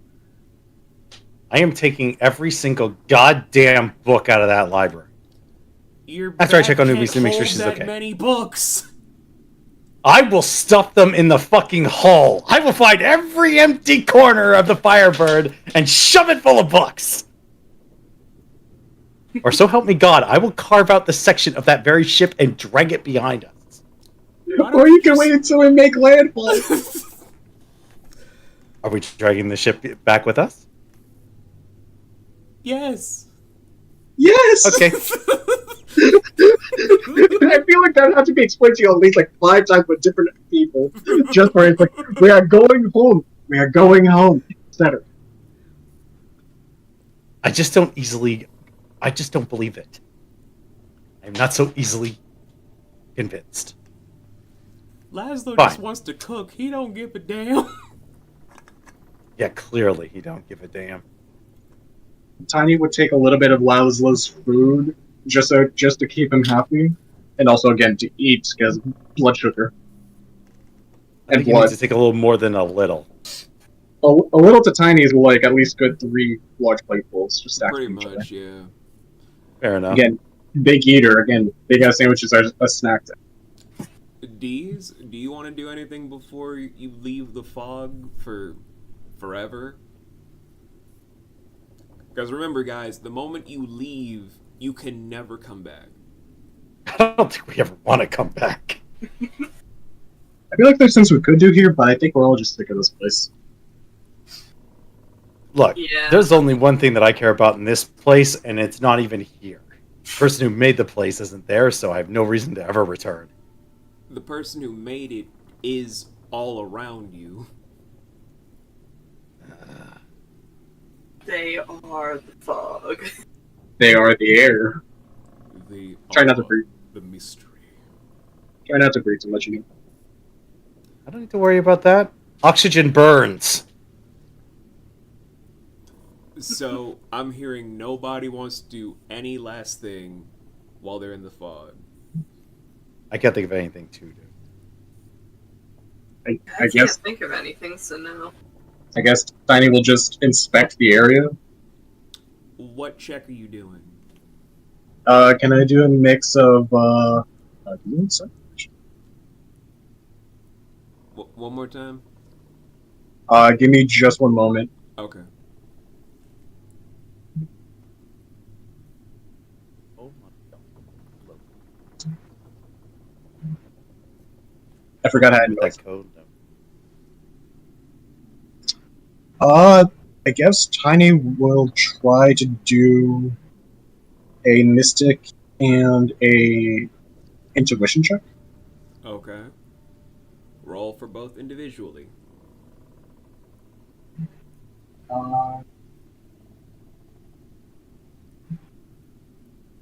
13 for mystic Uh-huh.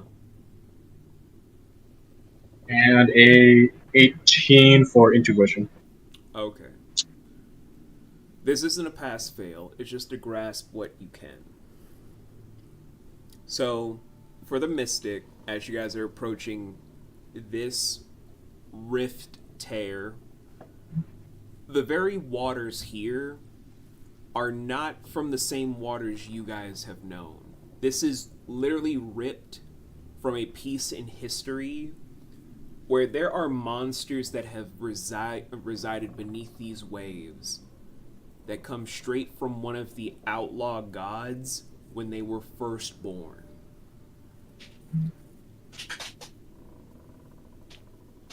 Needless to say, from just gauging the very waters, this is a hotbed for creatures that are meant for legendary status heroes, where if they stirred, you guys would have died.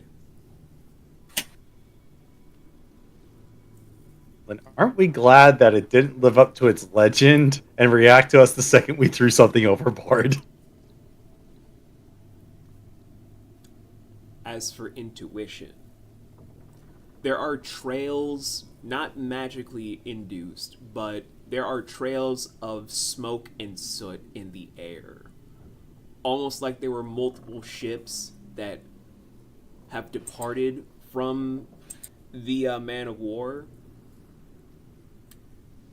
One of the scents that were trailing within the air that you're getting intuition for,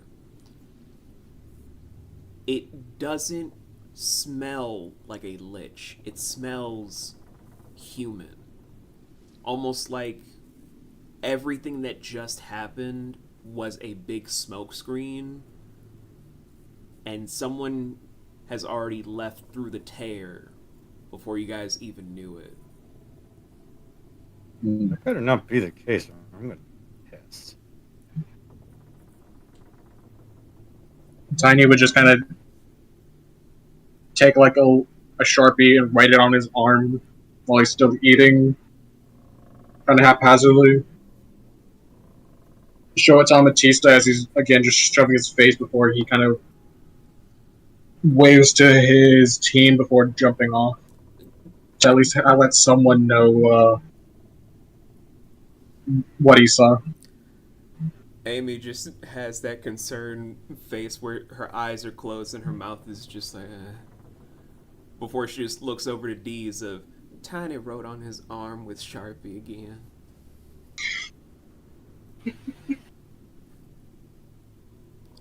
What are we gonna do with him? Read what's on the arm. I'm not there.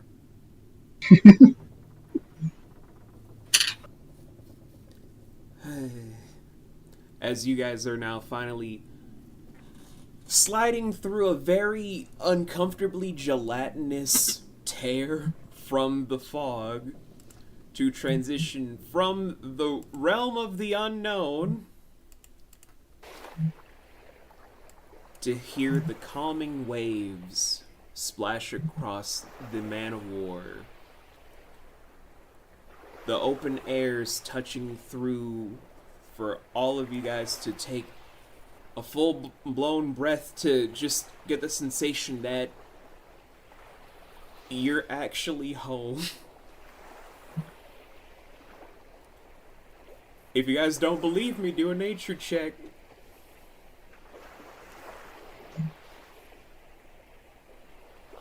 Nature's not even that good. 13. 13. Anyone else?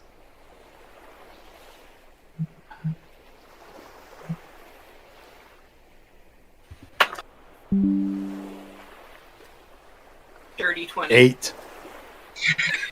I told you mine's not very good. Umi, do you want to do a nature check? We probably have the best roll out of all of us, to be honest. Nah, I trust you. Okay. As Dean's Such over here faith. with a dirty 20. It's like, are we Yeah. home? Do I feel any of the 2 water gods near me? Maybe. Well, it's if you guys had a About 1, you guys wouldn't have detected anything. So for Volan, there is no increase. For Tiny, an increase by 1. A dirty 20 from fucking D's. I have to award that with a +2 to your... God damn it. Curse you! Curse you!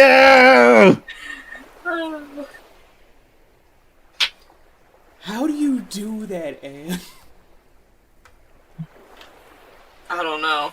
You're Honestly, this is a die I haven't used in a while, so maybe it just was like, hey, I'm gonna actually Your nice. skill checks are on fire these last several sessions. God At damn. least somebody's is.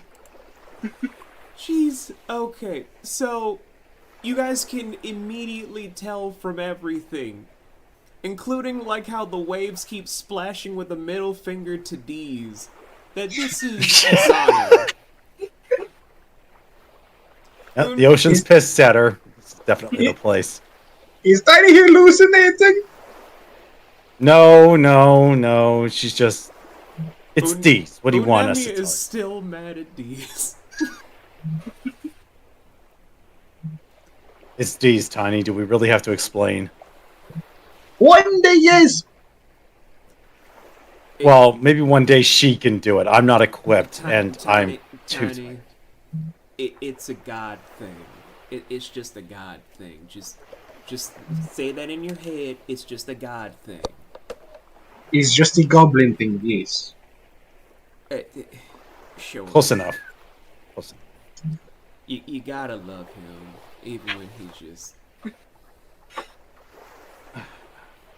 I don't, but I can't bring myself to hate him.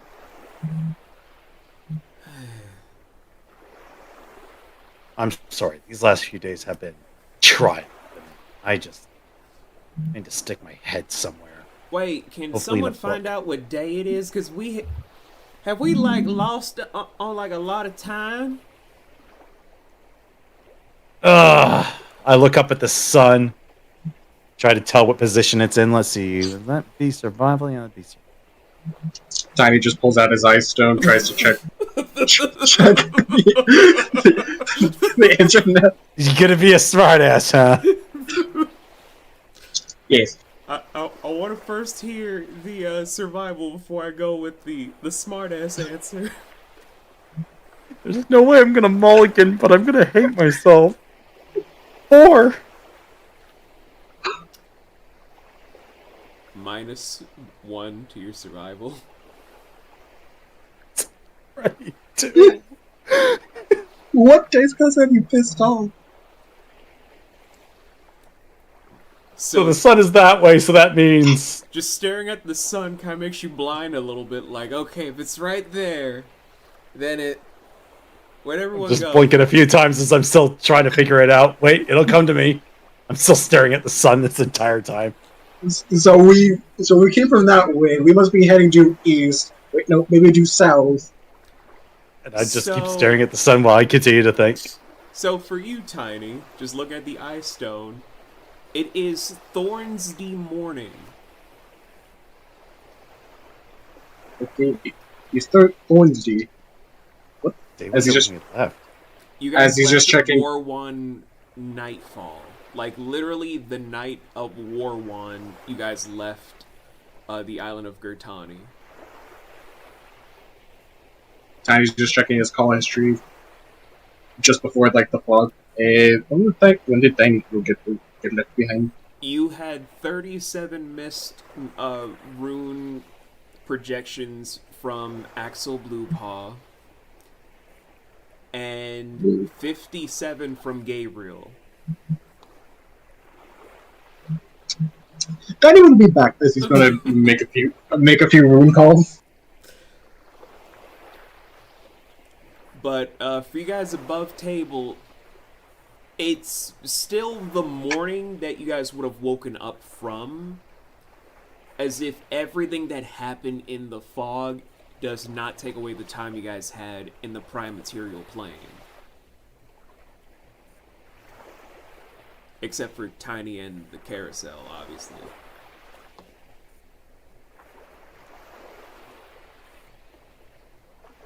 One finally blinks and looks away from the sun. Oh, my eyes hurt. Ugh. No one said you need to look at the sky. How else do you tell what time it is? Well, you could probably see if there's a news bird, or if you want to use an eye stone like a normal person of our generation, you can do that. Eye stones can tell the time.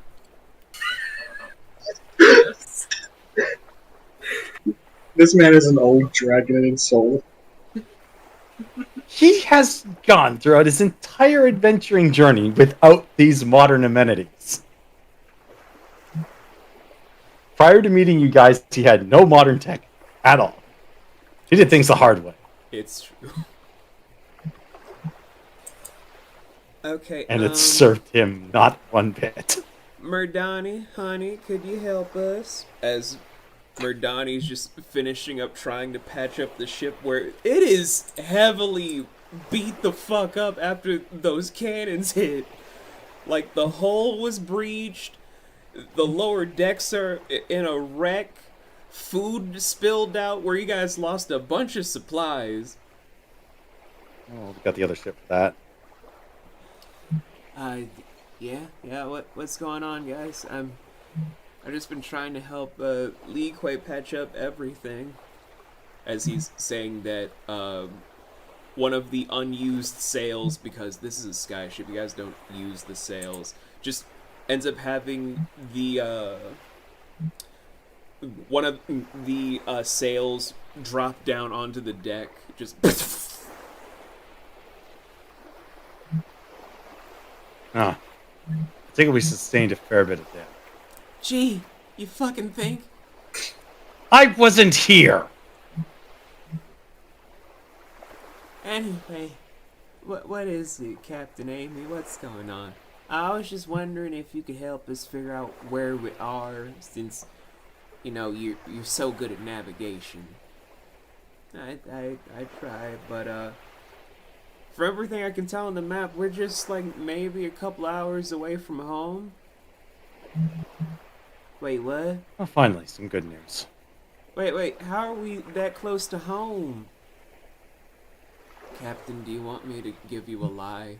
No? Okay. Amatista, we just passed through a reality that defies explanation. Full of fog, deadly monsters, and an unaging ship with a pirate crew that almost predates recorded time. And this is the biggest question that you have. I wanted to just start small, because that's still a lot to process. Well, in the simplest way that I can possibly give an explanation Don't. is... not in the mood for you right now.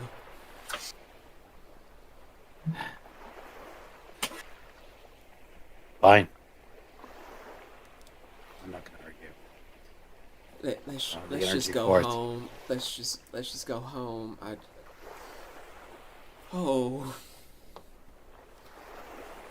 Okay. I'm sure we will. I'll tell Juplay to thank you, sweet. I'm just gonna go to my room. This is as she's rubbing her temples, just trying to maneuver around to go below deck, leaving you and D's to see Tiny after he's running around on top of the water at high speed making rune calls.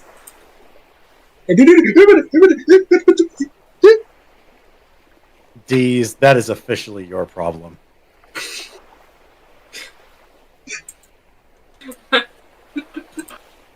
No, I am not dealing with supersonic Tiny. Are you sure you don't want to deal with supersonic Tiny? What makes you think I want to deal with supersonic Tiny? I barely have the energy to argue. It's at this moment that we're now going to pan the focus to Umi, who's talking to her father, who's finally regained consciousness. Just, oh dear God. That was a crazy time, but as they then just rest a hand on your hand, Umi. How are you, sweetie? What's going on? And why are you covering your pretty eyes? It's more like, are you alright? No, your old man is very hungry. Ooh. I could get you something to eat. If you're that hungry. No, don't leave. I haven't seen you in so long. You were a little girl last I saw you, and you went and grew up on me. We're gone. I wasn't trying to be. Mm. How's your mother doing? She's doing fine, I think. She would be happy to know that you were around. I can still hear her voice in my head right now. And as you're both picturing his wife, your mother, just, I swear to God, I'm going to kill you, you son of a... She has such a lovely voice.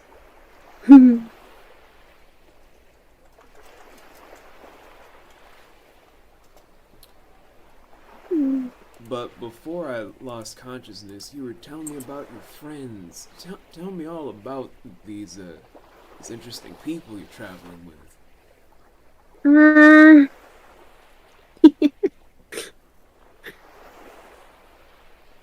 We're nice people. We're good fighters. They take good care of me. And I'm learning a lot from them. The handsome one isn't trying to make a move on you, is he? Huh? You said there was a handsome one?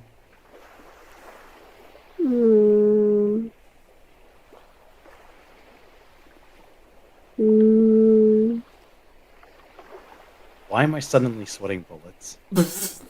You think you're the handsome one she mentioned? I don't know.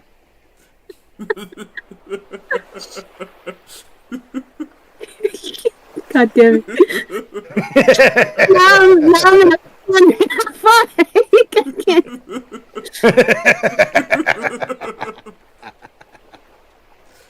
This motherfucker right here.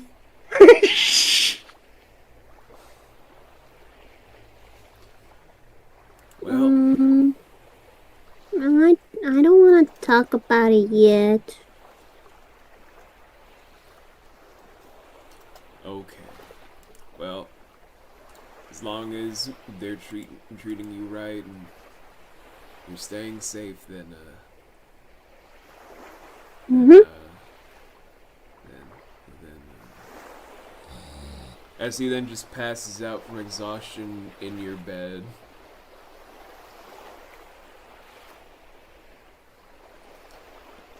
Your dad is exhausted. He is hungry. But just looking at him, he doesn't look like he's aged a day.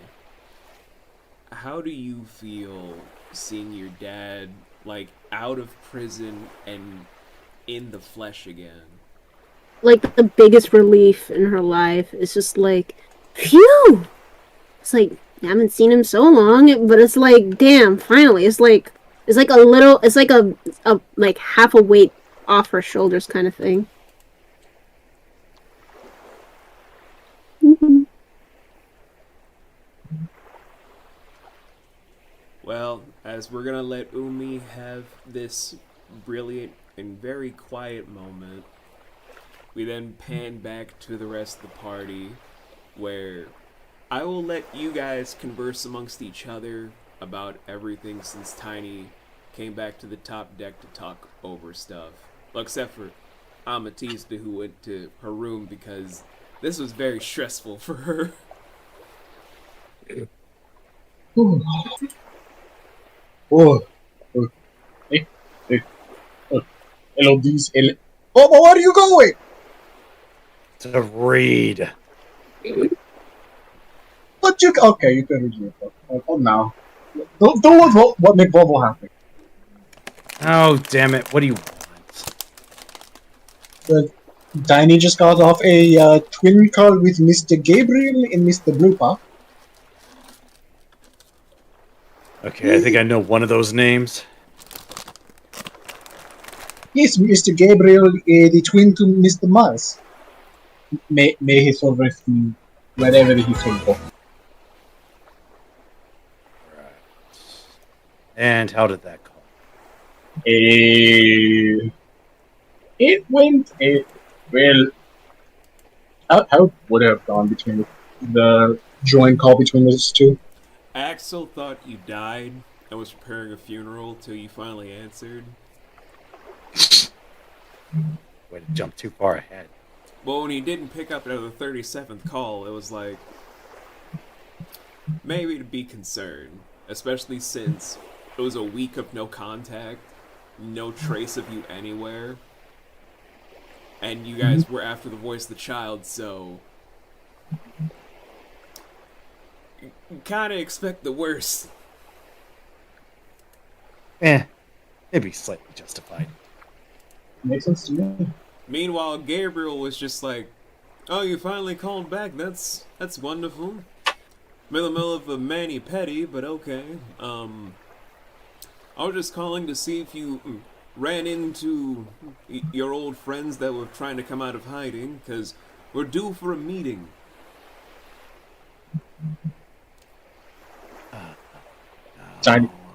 Tiny would have made mention that yes, he's ran into them. Oh, a meeting sounds interesting. Sorry to interrupt his hand time. Hey, my hands and my feet on my whole entire world right now. I need to look my best if I'm gonna do a brand new grand opening of a brand new Mars Marvelous Emporium. That alliteration is entirely his call, isn't it? Tiny would just nod over the again the call, forgetting that he was on video while just running around over the water, and kind of give him like a very quick update what happened, Tiny Spark Note style, to again to the both of them before letting Gabriel get back to his mani petty and everything, and then again just filling in Mr. Blue Paws with further details to that he's hired Laszlo, who Laszlo is, and that they now have a giant man of war from some time long ago, and maybe a lot of interesting items.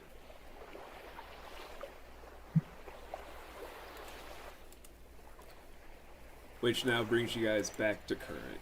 Just right there. And that is what Tiny recap to the recap. Ugh. So Mr. Tiny. Gabriel want a... Oh, sorry, what was it? Oh, no, never mind. Don't mind me. I'm just welching.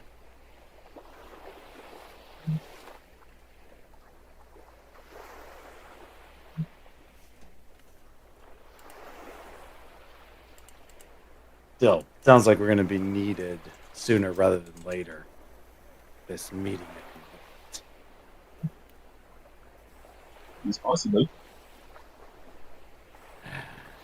Here I was hoping we'd actually have a breather.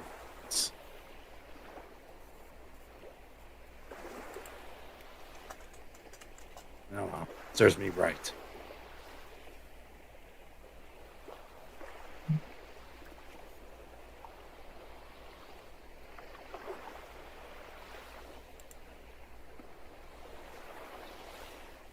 That's all I'm picturing whenever Anne doesn't talk as D's. She's just kicking her feet, just watching. Please quit vibing. Please quit vibing. You're making us all look bad.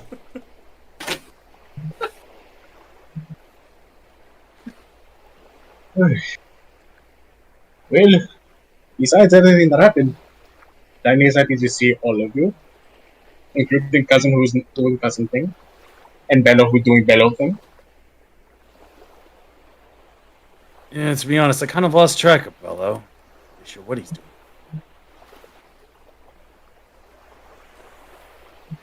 But I'm sure he'll turn up. He's a tough son of a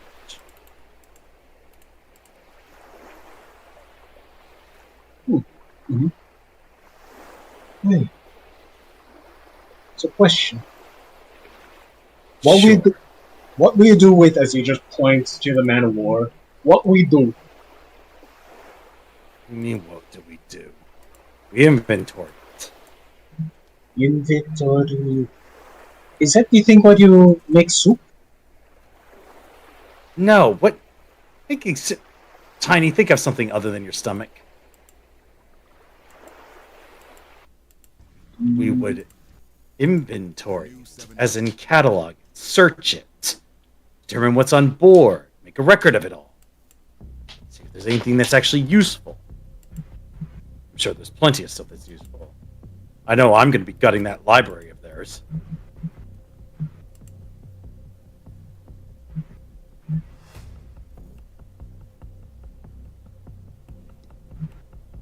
Yeah, okay, that makes sense to Tiny. Great, glad we had this conversation. Sorry, Tiny's mile a minute of brain tone is still trying to calm down. So Tiny is thinking this, what for lunch, what for dinner, where we go, many things. You know, speaking of that, where the hell did you learn to move as fast as you have been? Tiny mentor, Tiny teacher. We've had a teacher since we last saw him. Yes. Anyone we should know? Do you know Roy? Name doesn't ring a bell to me. Yes. Do you know Roy? I don't think so. Pretty good chance we've never met this Roy. Mr. Roy was Roy is Mr. to formally for Roy. He is was the very first person who Tiny met after coming out of Echo Space. Void Space. You know what? In the Echo program.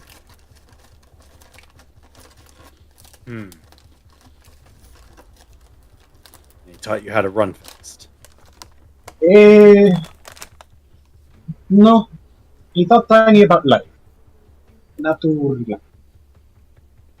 Everything else just came when Tiny met other people. Well, it seems you've been busy, growing, expanding. Good for you. Tiny just kind of looks at himself. Yes, Tiny has put on a little weight, please. And yet, the more things change, the more they stay the same. That's not what I meant, you pain in my ass. I must miss this.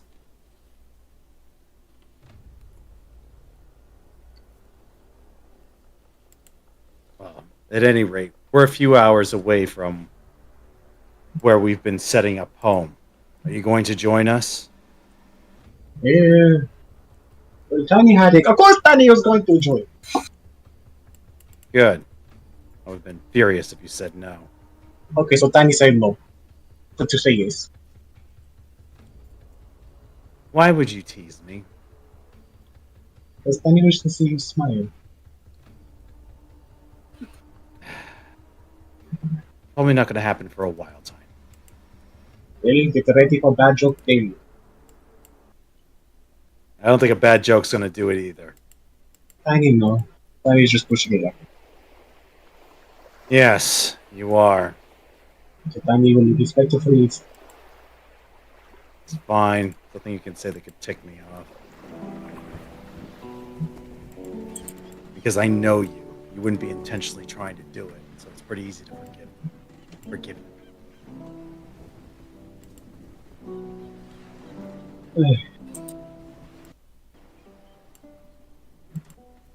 I'm just angry about the situation. But the only thing I can really do about it is apply myself to potential solutions. And to do that, I need to expand my knowledge and repertoire, which means I have a lot of journals to read.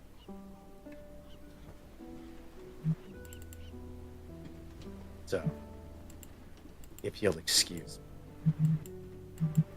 Bolin Okay. turns, and then he stops for just a second, grabs his eye stone, checks his messages. You have a cornucopia of messages, all coming from an unknown register, except for one. What time an express? Wait, what's the one I recognize? It's labeled as the Professor.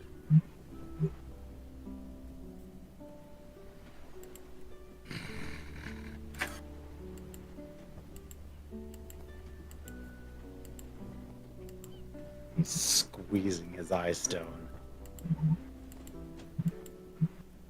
And takes a deep breath and tries to relax. And goes, I got a lot of reading to do. And heads off. Find someplace quiet. Very quiet. Very isolated. Very not shot up. I'll heal over time. Not And you. these. Hey, these, do you know how to play chess?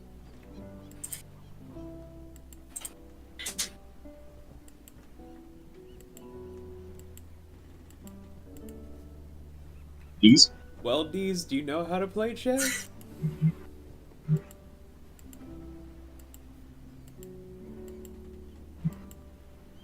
Oh my god, we've broken D so much a yes or no question is beyond her now. Oh no. Hey. Sorry, I had to sneeze. Oh, bless.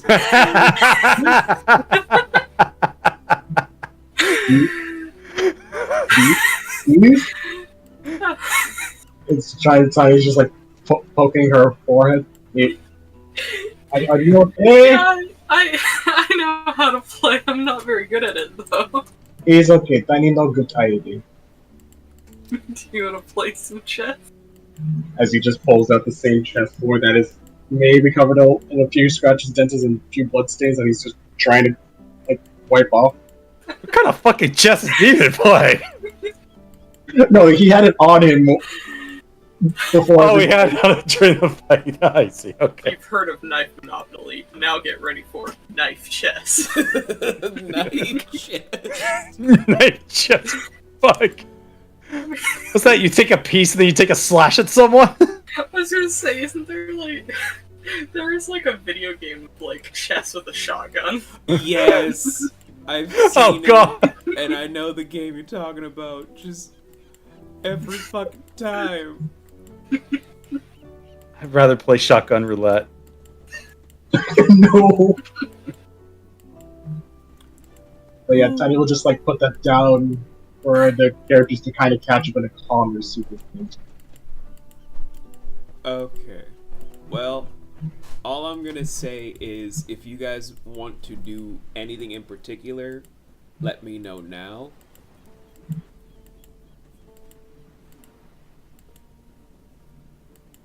Well,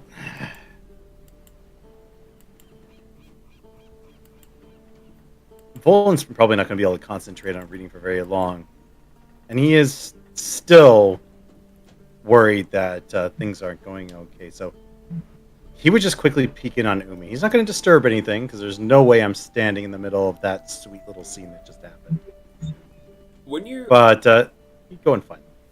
Well, it's not hard to find Umi, who's in her cabin, where luckily she took some food from Laszlo on the Man of War when you guys were doing your whole thing.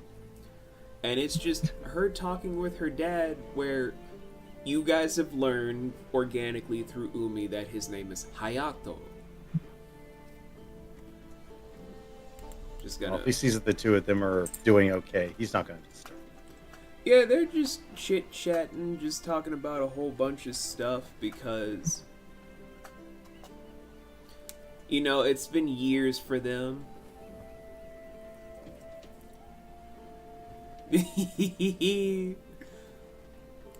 Just the nervous dog like, Dad, stop. But they're just having this cute father-daughter moment where he's just going on and on, where you just see this big brimming smile with her cheeks getting all extra dark blue because it's her dad. She hasn't seen him in years, and he's just soaking it in because he hasn't seen his baby girl in so long. Volan's going to have a small smile finally creep on his face, thinking to himself that even after all this hell that they just went through, it was absolutely worth it. So he just walks and tries to clear his head and recenter himself because he knows he's off. He knows he's being affected by everything that's happening. He's trying to just get back to some semblance of Normans. So he's thumbing through the journals, reading as much as he can as he wanders. Which journal are you reading? Let's see. What journal would I have left off on? Actually, you know what? I probably would have jumped ahead to go Okay. into more details regarding current events. There's been a lot of references. He's probably going to try and start trying to look them up. He feels like he's behind. Very far. Okay, then I have just something to send you personally from jumping ahead to more current. Alrighty then. So you can see in your DMs this. These are first level Arcanist spells that you get from these journals, from the more present ones, because the journal that you're reading up as of the current is actually about how his brother Shaw is the reason that he met his wife Belle. In these journals, it's discussing how their dad technically left his the youngest of the triplets to die after stealing the schematics for something Shaw was developing for the future of weapon manufacturing. Shaw has a giant interest in architecture and weaponry. It's been his whole thing.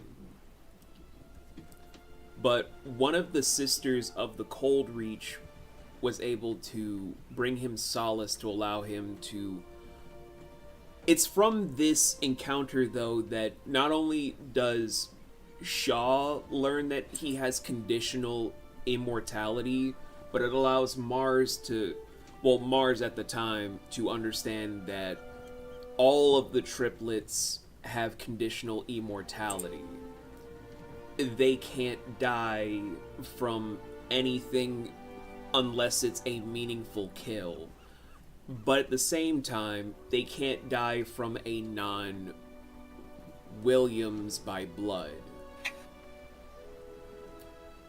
The first thing was almost prevalent, but it seemed that Martine didn't want to kill his son. He wanted to just discipline him, so he couldn't lose his soul to then go join the Skull Maverick. But with the other, it means that where they've reached now with their physical maturity, they're stuck living forever at this rate. As those journal entries were written during the reign of the 47th inheritor of the throne of Ager during the Age of Agernon. Roughly 27,000 years ago.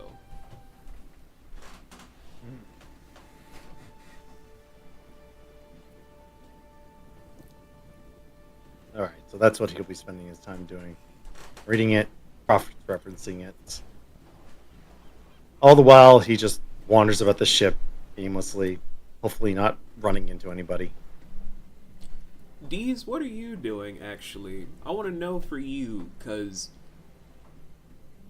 the fog is the first time you weren't the one at death's door for a change.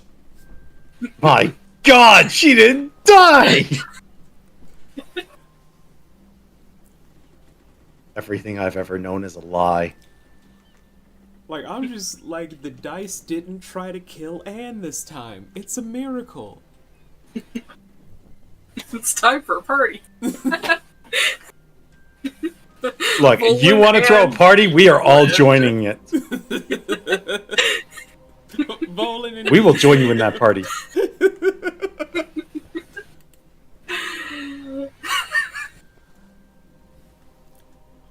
But what are you doing, Deez? Because I don't think you even addressed what the mask may or may not have done to you when you wore it that one time. I guess we never did ask.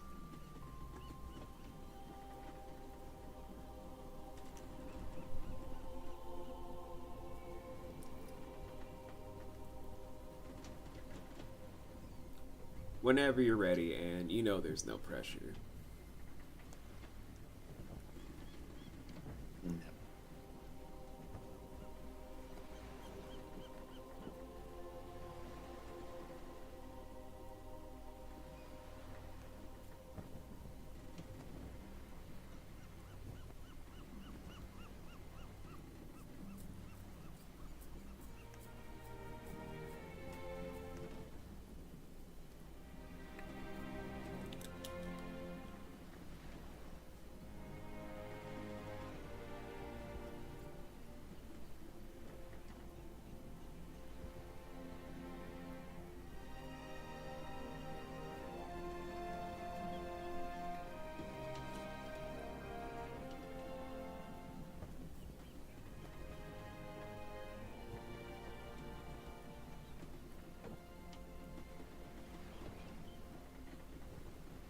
And that's where my brain decides to blink.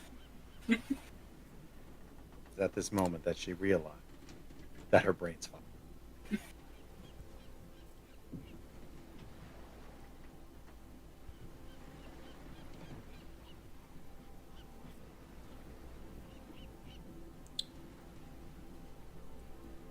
Do you need a refresher? Yes, please. Okay. So last time that you were in combat as Deez against an opponent personally, you donned the mask because you don't have your jacket anymore. Your jacket gave you your extra protection. But in doing so, the sclera went black, and you felt more feral, more aggressive, almost murderous. Even when you took off the mask, the sclera took a long time to dissipate.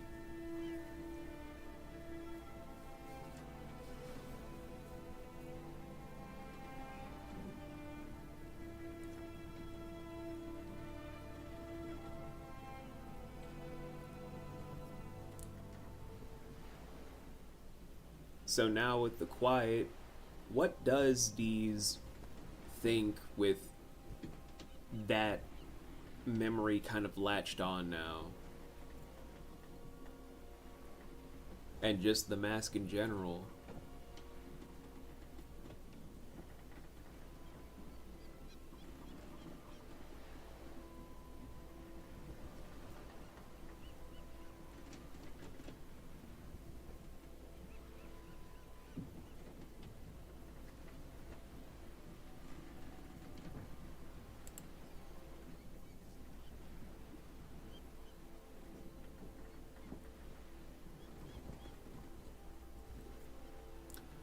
I just now saw Junie in chat saying drinks and potty break. Yeah. Oh, that sounds terrible. I've been busy trying to make sure you guys don't die. Sue me. Yeah, but you want us to drink toilet water to do that? No, I didn't.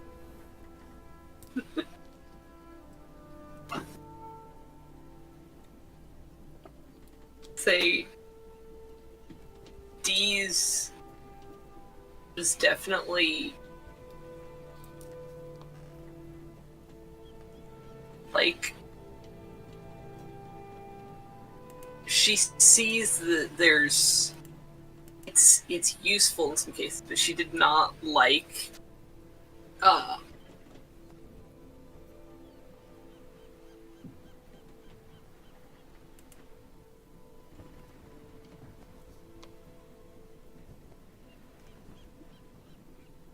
she didn't like how the mask made her feel. Like she's gonna still keep the mask, but definitely she tells herself like this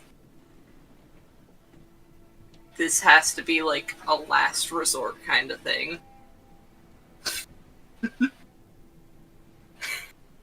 Okay.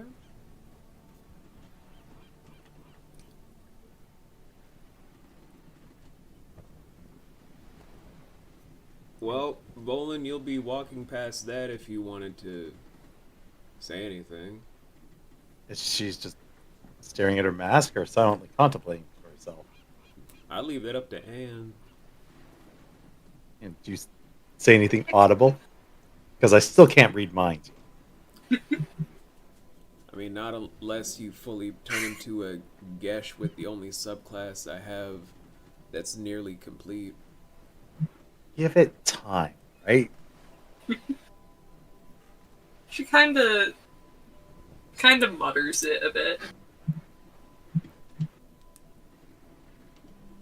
And Volan's just gonna look up from his book and go, you know, if you are worried about what the mask does to you, we can always try to have it be altered.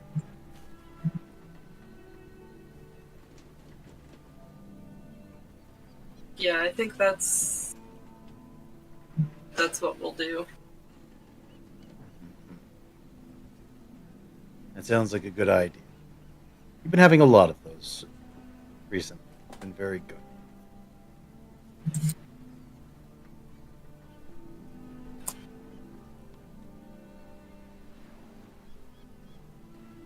Don't know why I said that like it's just some kind of miraculous thing. I guess I'm trying to pay you a compliment for failing.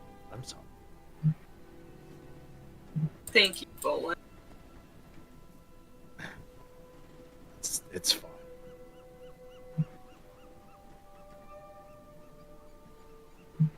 He just looks back at his book. Keeps wandering. Flipping through pages. Okay. Amy's locked the door where all it has is a do not disturb sign that's written in Common and Draconic as the only... Oh, she makes extra sure to make sure I can read. as Zalas left his boots by the front of the cabin door. Yeah, I'm not going anywhere near that.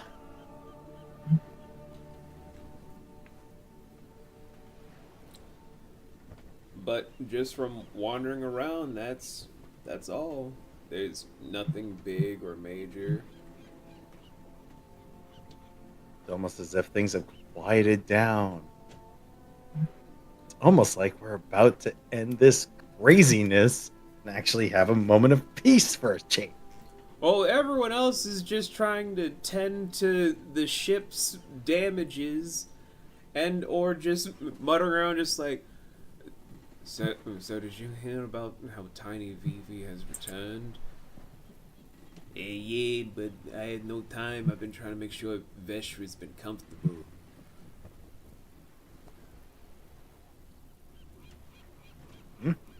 That's true.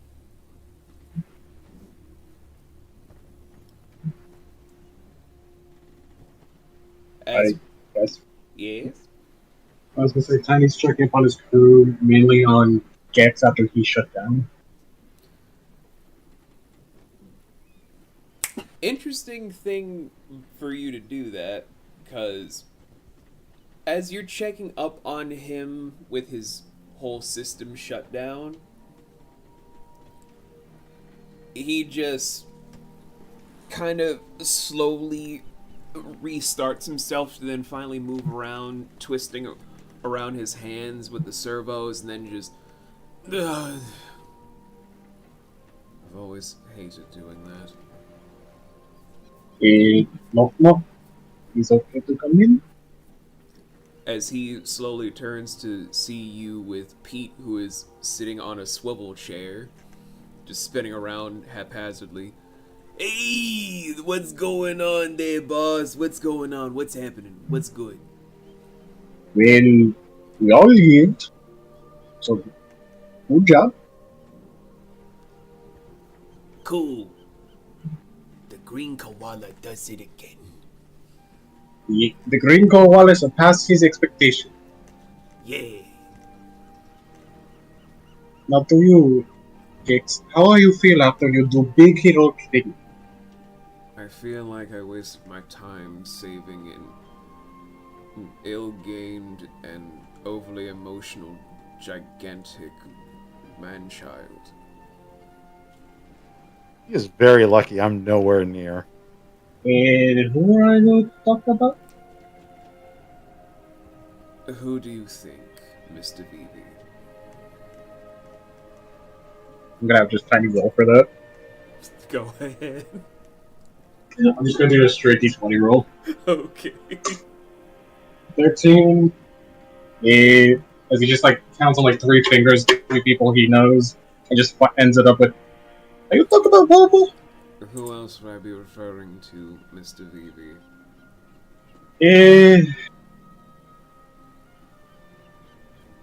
You know, Tiny think you know. Never mind. But Tiny do appreciate you do what you do. I did it because it's my job, not because I like him.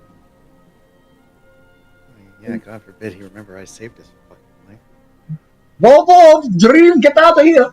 life. I'm in your head. That just actually happened. Just Tiny yells, "Hey, oh, Tiny might have lost more blood than Tiny."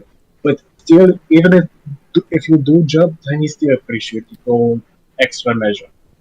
Mr. Vivi, a moment, please. He just pulls out a watch. Yes. Now, I know that they are your compatriots and you will probably be leaving us to join them again. Wait, whoa!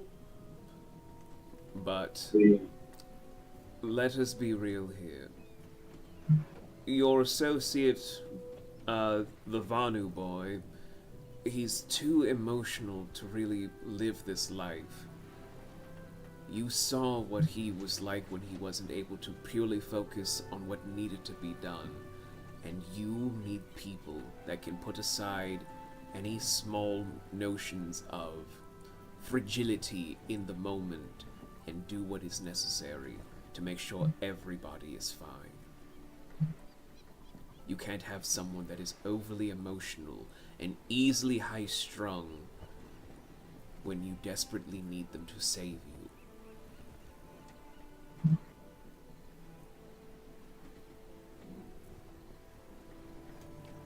Tiny just smiles at him. You're absolutely correct, kid. But it's for the emotional fragility, fragility, like that, the emotional outs that go through that make a person a person. Tiny understand Volvo to very, very, very many things. Or yesterday, or day before, in fact. But every person make all the emotional states. Even gets for emotional occasionally, even if it's not good for internal circuitry. If Tiny is speaking too much, to let Tiny. I failed to see how I've ever been emotional, Mr. VV, but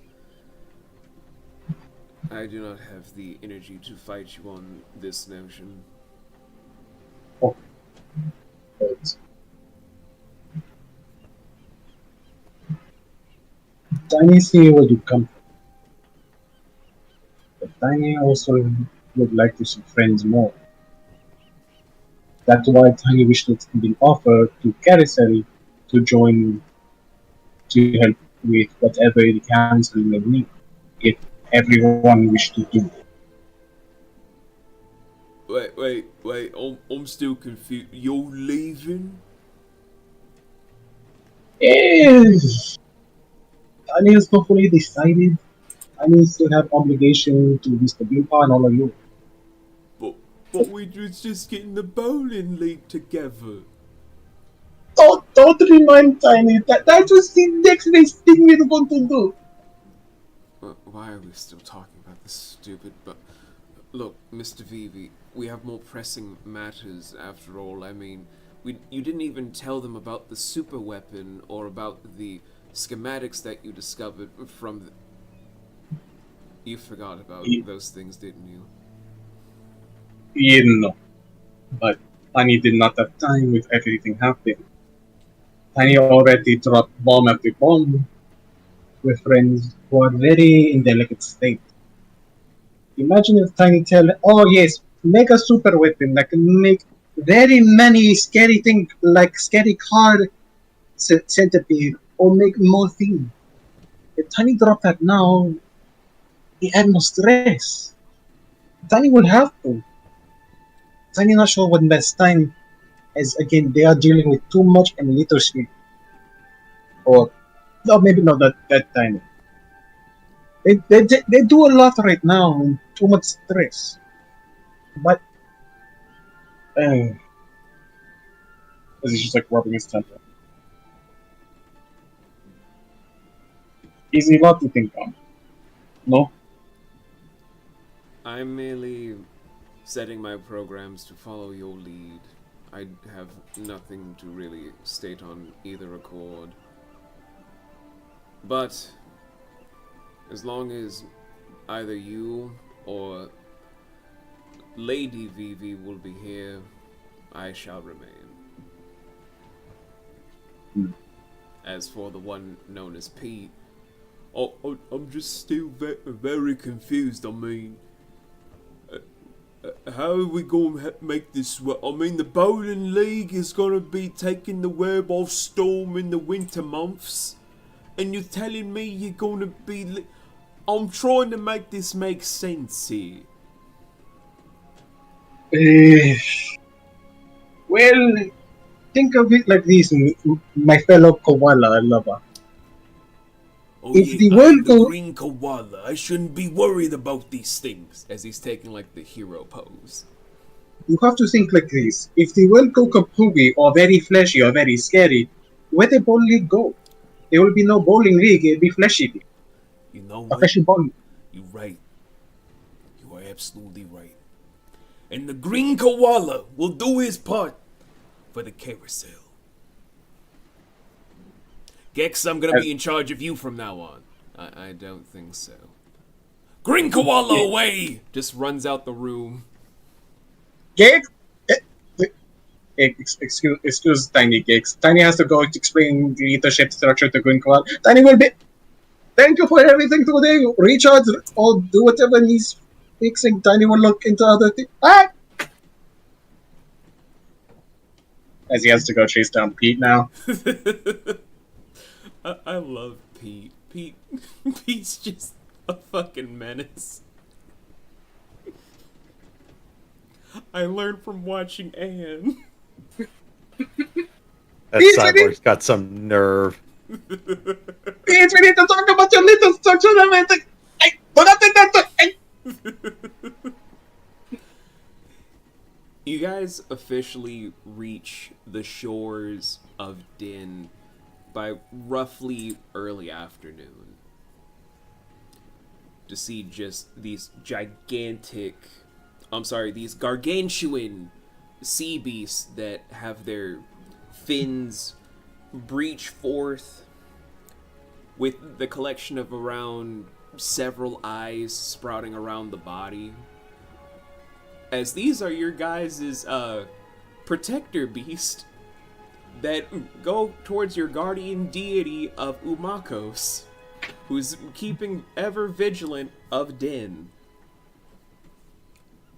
Where if you guys want a challenge tier, these creatures are meant for a party of a max level of 30 to take down. Yeah, I'm gonna go and opt with a big old fat fucking no. They're here to protect your island. They protect you. Let's hope it stays that way. D's, don't piss off your deity. I have no plans for that. Again. Again. You didn't have plans for it the first time. It's kind of a point. Like, you never plan on it, but your DM has to be like, you know you pissed off the wife, but the husband, you got like a clean slate. Oathbreaker paladins, man. Can't live with them, can't live without them. But upon reaching home to see your guys' protector beast for the first time, although Amy is indifferent right now because she's riddled with stress, what do the rest of you feel like when you see these giant beasts that you don't even know if it's 1, 2, or 5? It's just massive, surrounding the island. How do you feel seeing this gargantuan beast, or plural beasts? Dibs on not fighting that. Tiny just taking photos. Don't take photos, you might piss them off.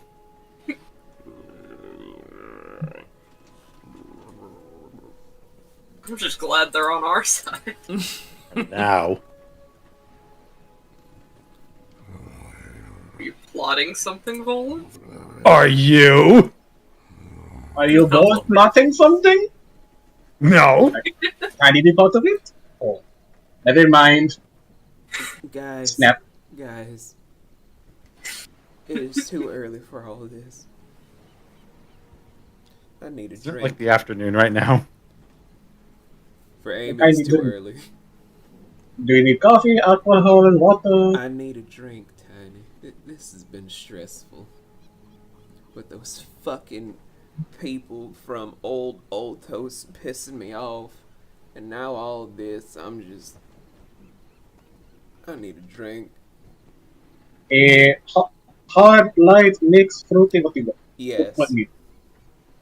Okay, we do the works. Tiny will be back. Anyone else want to drinks? Is he just yelling this out, just like pointing like, yo, okay. Pass. These? No thanks. Okay, three hot drinks for cousin. Be right back. I'm kind of surprised. D's, I would have thought you'd actually do drink. Not really.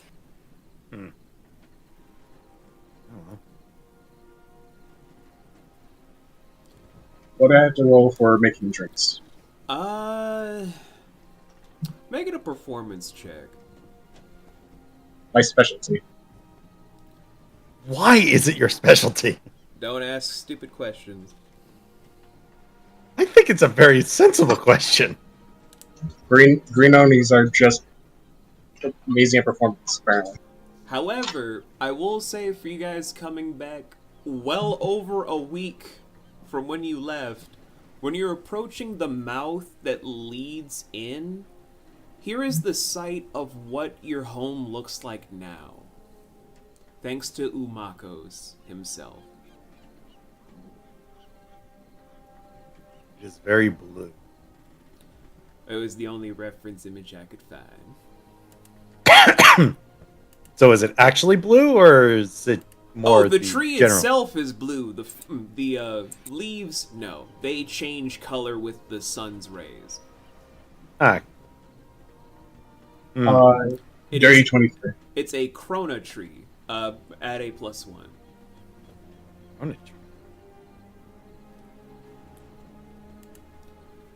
You've made sublime drinks, like master bartender style. Okay, 3 drinks for cousin, 2 for Tiny. Thank you, Tani. As she doesn't even notice the renovations and what's changed with the island. She's just like, what?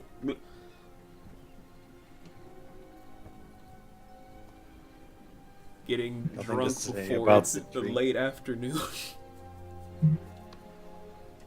I guess I can ask Ametista about what she thinks about the trees after she's sober. AKA when Laurel comes back. She basically.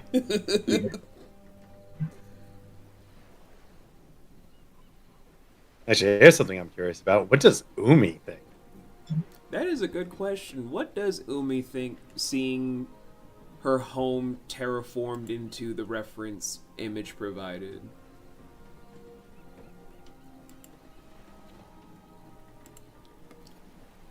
Like, obviously, it's all filled with modern-ish buildings that you guys have, including your home of the Wild Rose and all this down the third thing, where it's still under reconstruction after what they did. Oh, Umi's just got star eyes right now. Oh, she's just all speechless and impressed. Giant tree that's so pretty. Poland's trying his best not to crack a smile.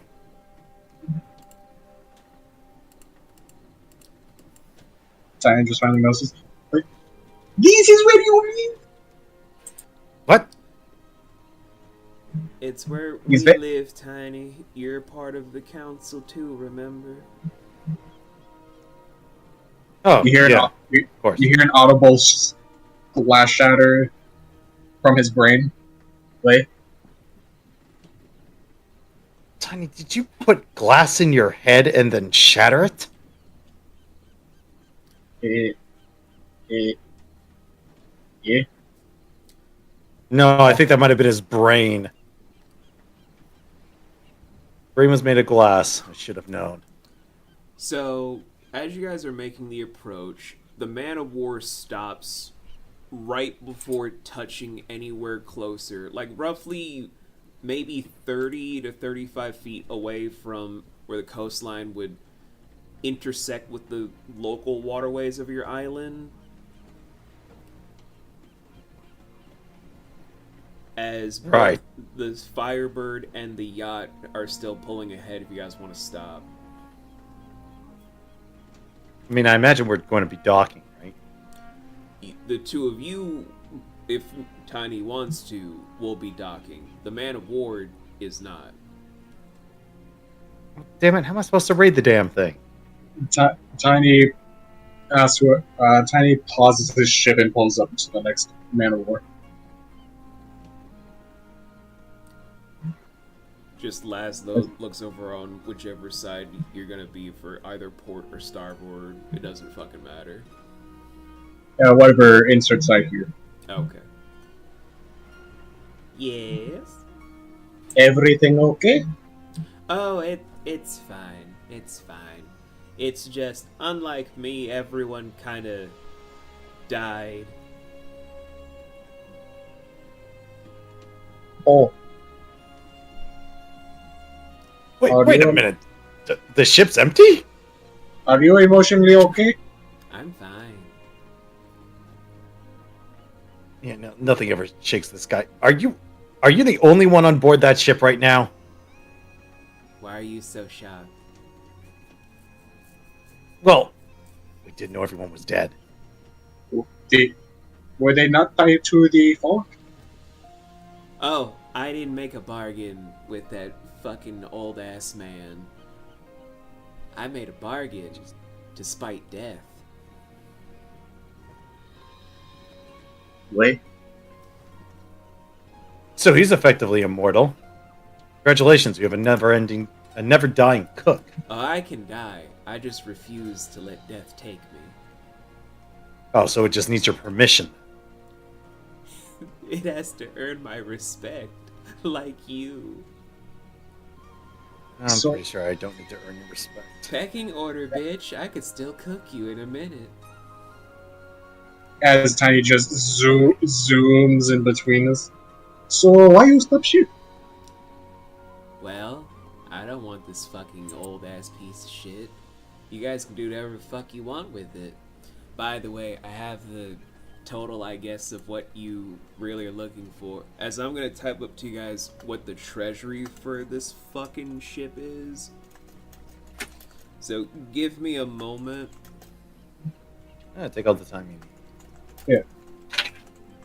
That info is not what I'm looking for anyways.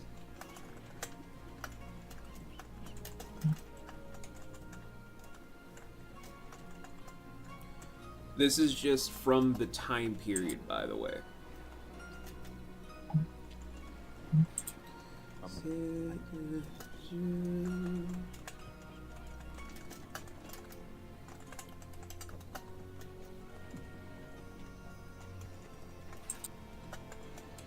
I hope there are diamonds on board. Then I can give them to Umi and say, here, they match your eyes.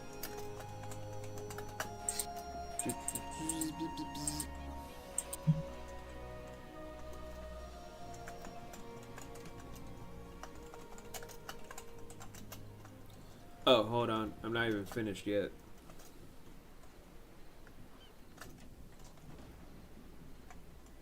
We're probably going to have to... Wait. Is that converted? No, this is from the Age of Agrenon itself. Yeah, these still probably need to be melted down, processed, and converted into water. Yeah. So who knows what the actual value is going to be, I'm sure. Oh, That'll I have to be do. worked out. Well, of course you do! But yeah, we're going to have help with that. Right, like, couldn't we just hand it directly to the bank and they would do it?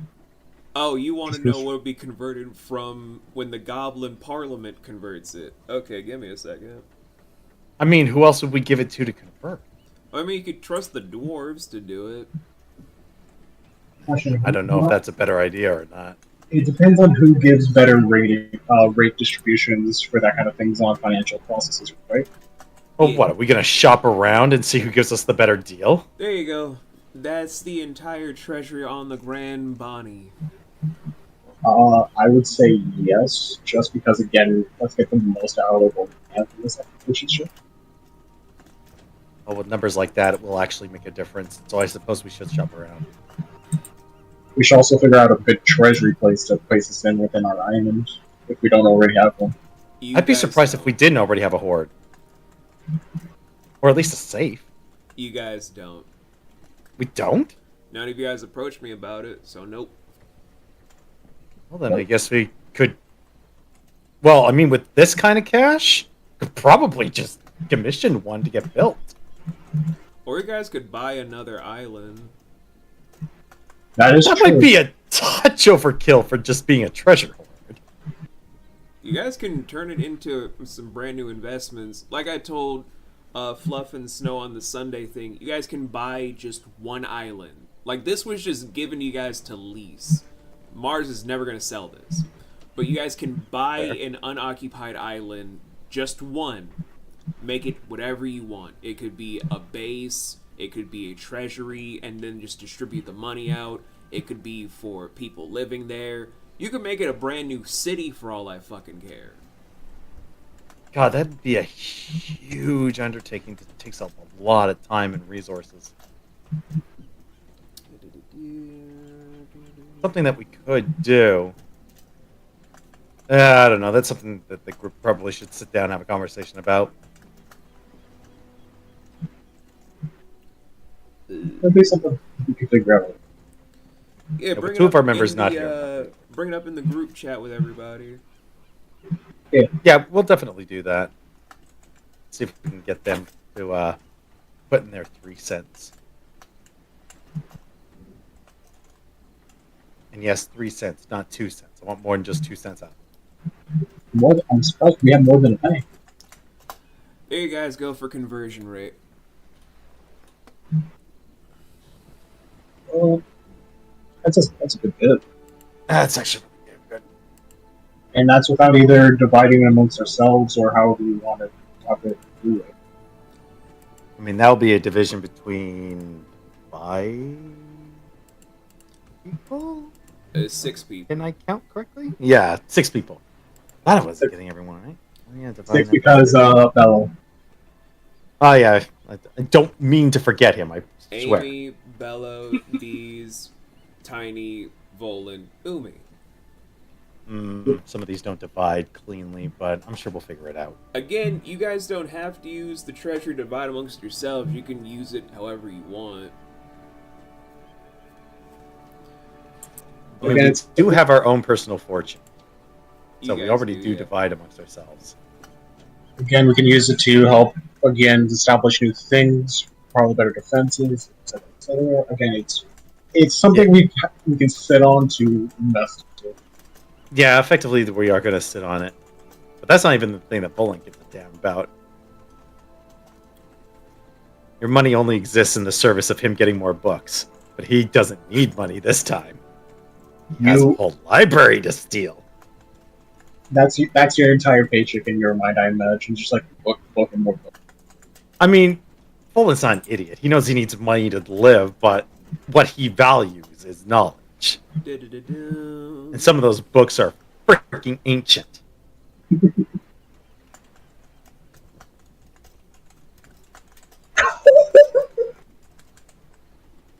I'm sorry, is that book count or just every single piece of item that exists Every in the library? book, every tome, every scroll that has been amassed during the Age of Agranon before it disappeared.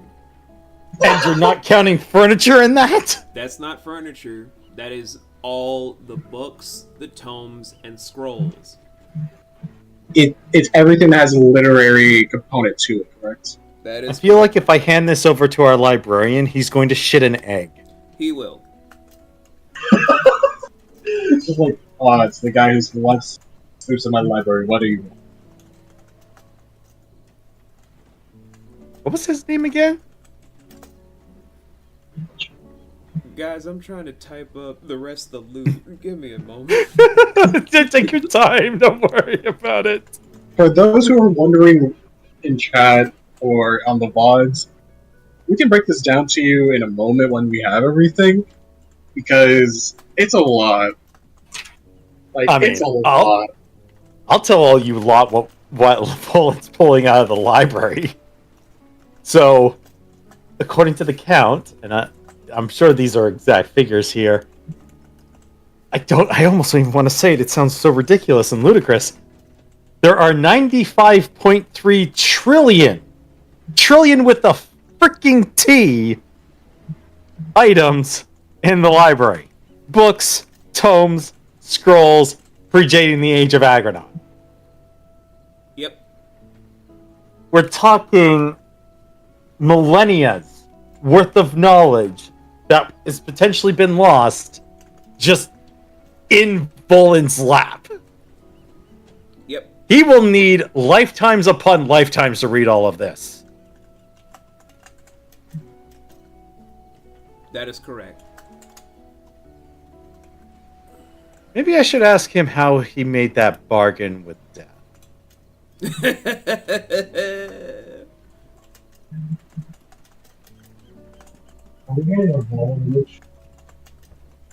Nah, Volan is way too smart to give himself immortality. He knows how torturous that would be. Okay. Okay. Now you guys Okay. were looking into the keeper of the library, which I can now look up. 12 fucking what? Yes. I was looking at the same thing. Where the fuck did those come from?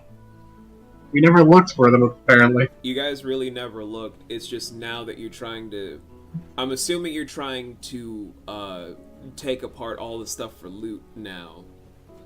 It was crazy enough that we only had the one. Now there's 12. Well, 13, counting the one we already had. Is that counting the one we had, or is that what was old? So 13. So, 13. And There's no way we can take care of 13 of them. One was a cute idea, but 13? how many dragon eggs do you think Sugma can raise? I guess it depends on the size of the dragon egg. I mean, considering the colors that we're working with, none of them are going to be small. Oh, they'll start small. Sure, they always start small, but they get bigger. Your bookkeeper's name is Grigori. Also, you guys keep forgetting you live on an island that's also a monster sanctuary. There are people that are trained to take care of monster creatures here. That is extremely true. I think we're just in shock and awe right now. Fine, I guess we are going to hand those eggs over there. Before we decide anything, chat, VOD, here's the breakdown. Before we would convert anything into modern day bills and treasuries, and this is the old classic gold pieces, silver pieces, and copper. Gold pieces is 6.3 mil for gold. 4.8 million silver pieces. 3.6 million copper pieces.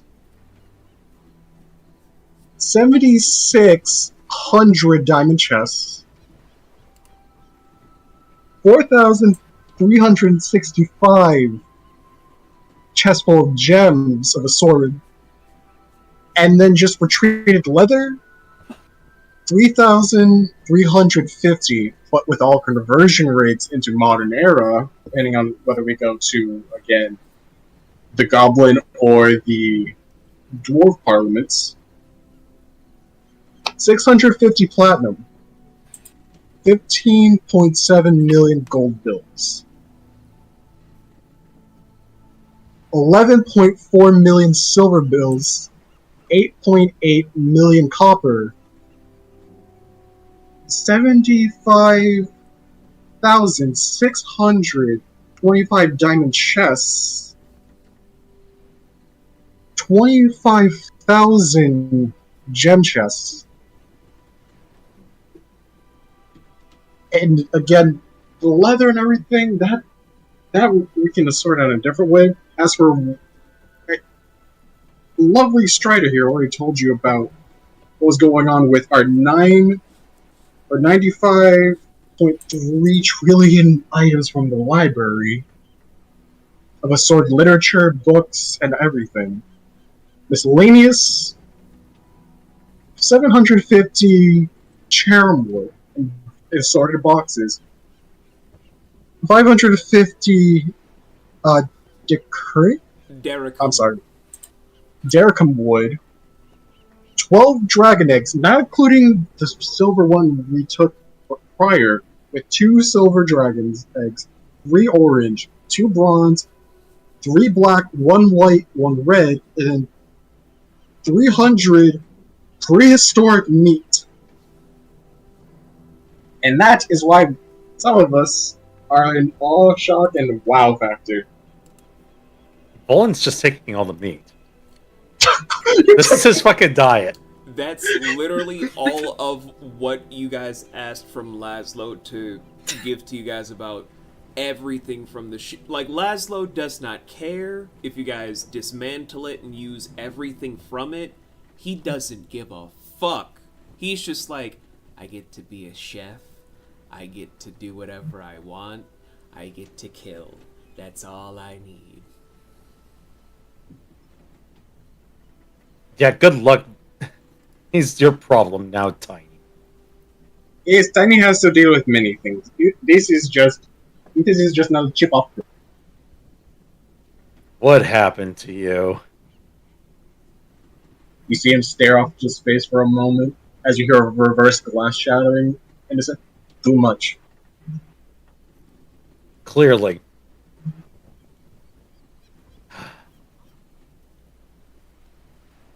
I'm worried that it might be too much for you.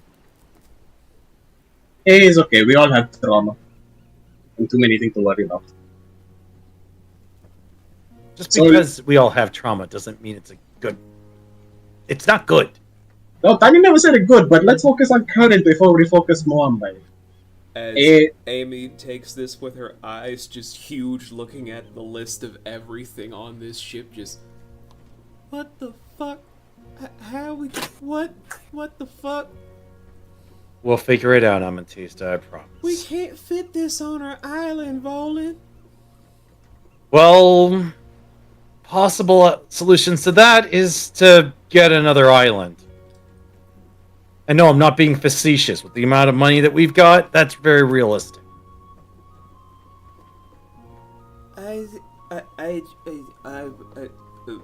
Amy's just broken. She's just looking at all this like she is broken. Tiny would just kind of gently pry it from her hands and then put it into Jesus' hands. Hopefully that doesn't break her. Let's go. She's cousin. already broken. She can't get broken twice. Oh, Deez, I don't know. Deez is a princess. She's used to seeing big numbers. Let's go. She's seeing 12 dragon eggs. Let's get you another drink. Yeah, Make it a stronger drink. I'm gonna need a drink. Tiny will make you strongest drink Tiny can do without killing. But Yes, preferably not. from here, though, guys, what do you want to do with all of that? Like, Laszlo is saying just get rid of everything. But the question is, what do you want to do with what you can take? Because I know for, like, the library and all those items, it won't fit into your library. It's too much. There's no way I'm going to give it out to someone else. I never said give away to someone else. That never left my motherfucking lips. I said, what are you guys gonna do? Because your island is not built to be like this whole big metropolis of information, nor can it house all this money. It's meant to be a residential place as well as a monster sanctuary.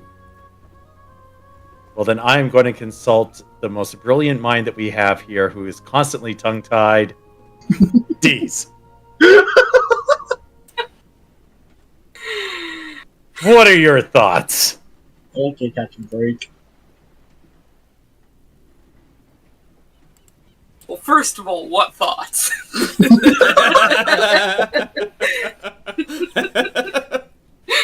The fact that you had a smart-ass comeback means it's working. The brain's fired up. I want to hear what you think.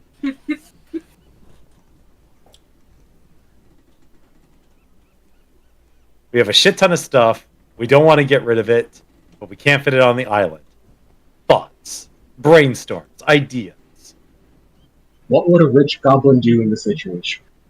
What would a rich princess goblin do in this situation?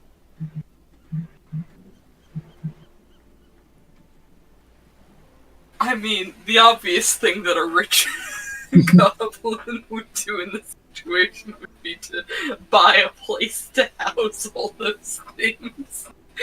Fantastic. I'm glad we consulted you. You brought so much to the table.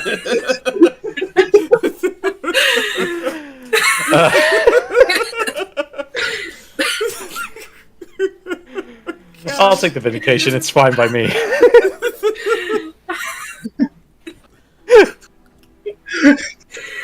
Oh, God I think we needed this episode after everything. Yes, we did need to laugh at something. Oh, Jesus. But Laszlo is just disembarking to get on the yacht where he's just gonna be introducing himself to the carousel. At this point, Tiny, you have an NPC that is the strongest person that your people will ever know, because Laszlo is in the 20s for level. So the only tip I'm going to give you is don't ever, ever piss him the fuck off. Just eat his food. Because he will end your ass. Just eat his food. Dead. He will end you, he will end your ship, and he'll probably come over and end Volan just to spite you. Pecking order, bitch. Fucking heard you the first time, creep. Okay, cool. Laszlo think he Mr. Popo. Laszlo ain't no Mr. Popo. No, Mr. Popo, I respect. no, that's Gabriel who's Mr. Popo. Damn right, Gabriel's Mr. Popo. But Because Gabriel's got chill. it's true. But overall, though, this is a big question for you guys, though, about for even the stuff that I think you can take. Like I think you guys can take like the boxes at least of Cherum wood and Dericum wood, and I don't know how you guys gonna fit in the money situation. We're probably going to have to, like, charter a vessel to transport it in stages. I think we need an accountant. Don't we have an accountant? Bello has an accountant, but that's separate from you guys. We need an accountant. We need an accountant. We need an accountant. We need an independent account, most importantly, one that isn't associated with the bank. We need a legally binding, blood soul bound in the highest degree that he will keep our shit secret kind of accountant. You know what we need? We need a demon. That could easily be arranged. We need a demon contracted to sort our finances. Again, easily able to be handled. I know people all think, oh, you can't trust demons. If there's one thing that you can trust a demon to do, it's fulfill a contract. If you've got them bound to a contract, they will do whatever the hell that contract states. Well, Got them as your accountant, they'll be the most honest accountant they could possibly be.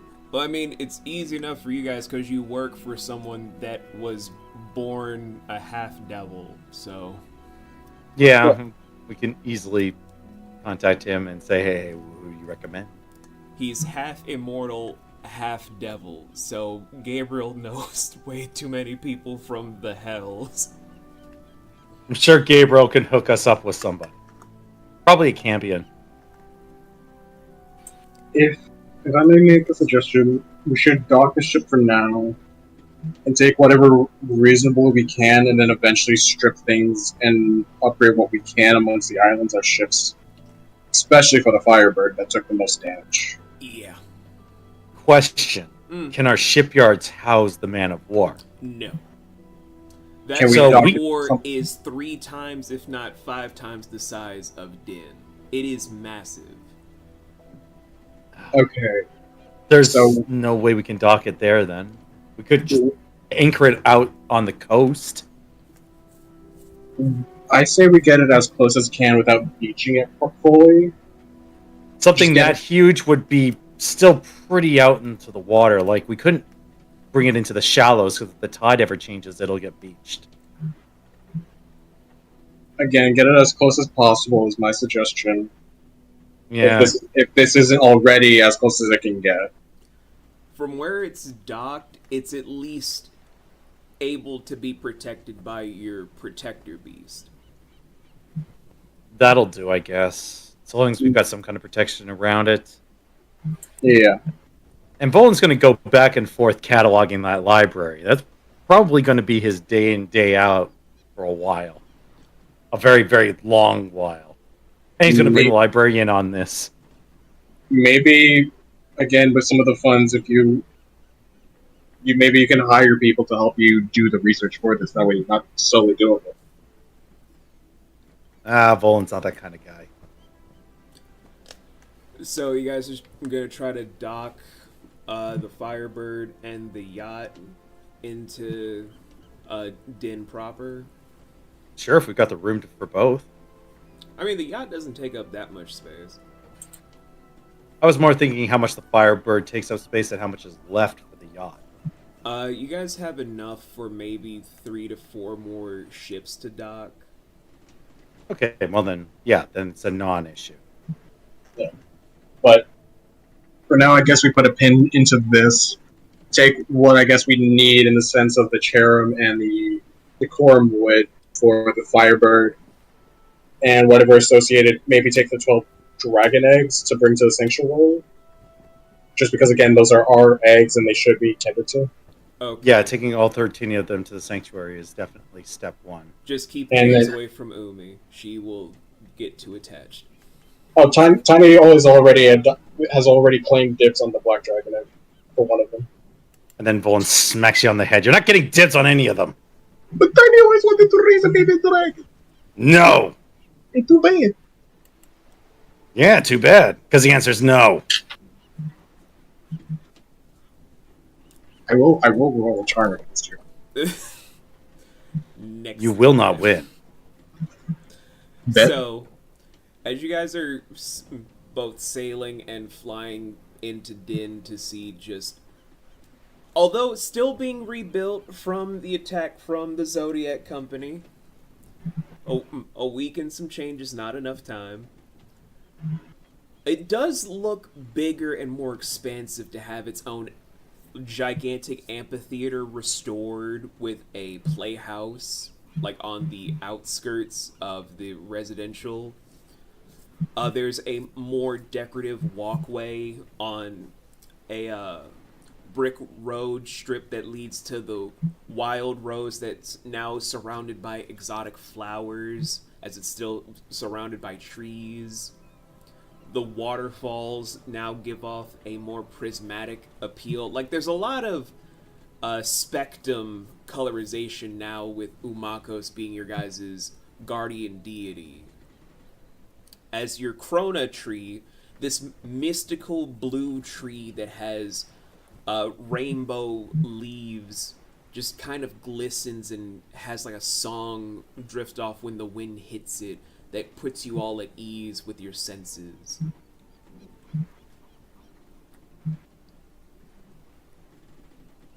In this effect, though, how do you guys feel about your home being terraformed like this by the god of rain? I mean, God terraforms the place. I'm not going to say anything against it. I'm smart enough not to piss off gods. He's pretty.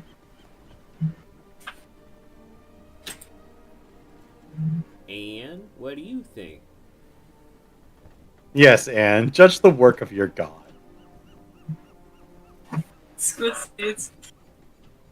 It's pretty, and it's kind of nice to see that he's terraforming it. Meanwhile, Umi still got star eyes, just like, can I just not leave and stay here? It's so pretty.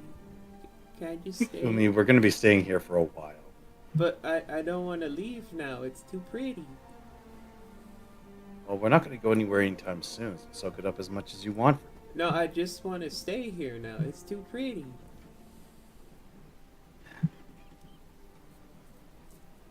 I'm kidding. A little bit. Don't kid too much. This old dragon can't take it. You're old?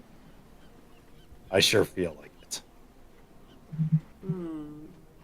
I feel like I've aged 30 years after this one mission. Okay. Oh, it's fine. It was worth it in the end. So as you guys are docking to where the entire shipyard is just clamoring to see what's happening, all of them just stop cheering the moment they see how beat up the Firebird is. As everyone parts to see Kit just strolling in, waving around a giant wrench and hammer in both her hands. Olin is immediately looking for exits. Exit path, exit path, exit path, exit path. If I see one of yous running away, I will break your legs. I've still got wings. Who the fuck made my masterpiece get destroyed like this? That would be the people who tried to kill us.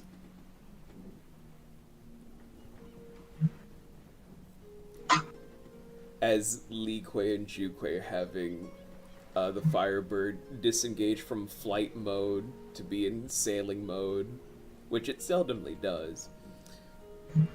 Thank goodness Tiny's on the yacht. Just drops anchor to Just as then long as it doesn't start leaking. have it where the Stone Bros are just like, I will leave that to you. You guys have fun with that. We're going to go home. Oh, gee, fucking thanks. We Not our don't get problem. paid to take your problems. Nor do we really care. Captain Thanks, Shen, bros. We'll see you later. It's Captain Quiet, brother. Alright. Dr. Namari's just getting her bags and having... just doing a call to then just be like, I'll be back to get Veshra to go to the clinic to get checked up on. Try not to die. Easier said than done. Zarin is staying on the ship. Fucking nothing flaps this guy.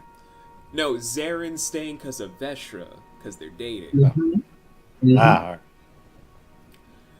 Murdani is just getting all of his papers and trying to scuttle away like, I am not going to stay here for that scary little mouse woman that you guys are on your own. You know, with everything that you face, I didn't realize you were such a coward. Leave him alone. He then Oh, we stops have to stand midway. here? Hey, we're PCs.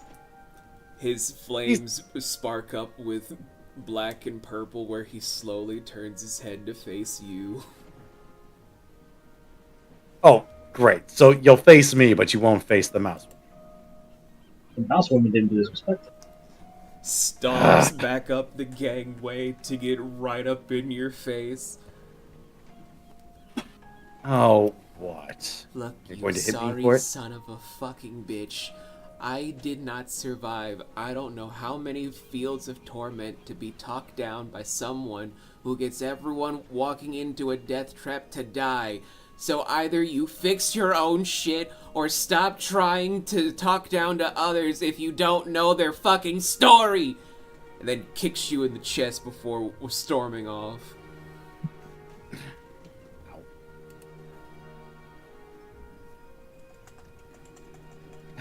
How am I supposed to know everybody's story? We have tons of people here.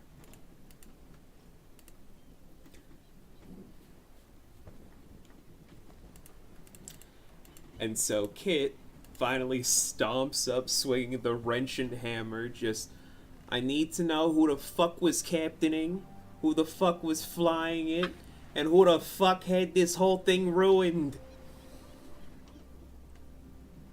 Oh, let's see. This ship has taken plenty of damage throughout the course of this trip. But if we want to talk about what happened recently, I have no idea. I wasn't on board.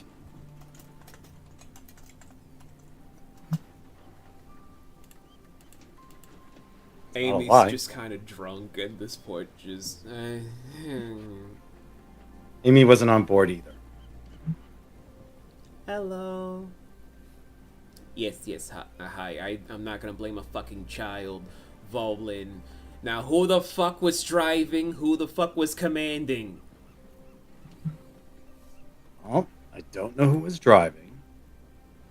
And it's a toss-up on who was commanding. Let me think. as Kit just looks around to just stare straight at Deez, who said nothing but is sweating profusely. I was really hoping that Deez was smart enough to run the fuck away while I was buying time. Deer in headlights, my friend. I was gonna say, I don't think there's any running away. Oh, let's see. Who was commanding? Deez, you're sweating like you're a whore in a church somewhere. That's a little mean. Did someone say a horse? Do you want me to turn my attention to you, Volan? Because I can turn this hammer into a fucking railing and peg you right here, right now.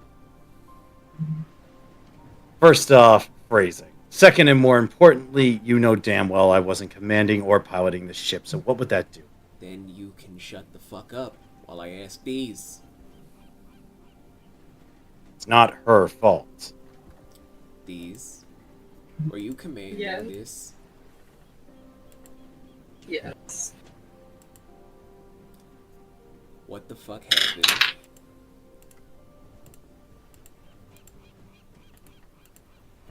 There was a man of war firing at us, and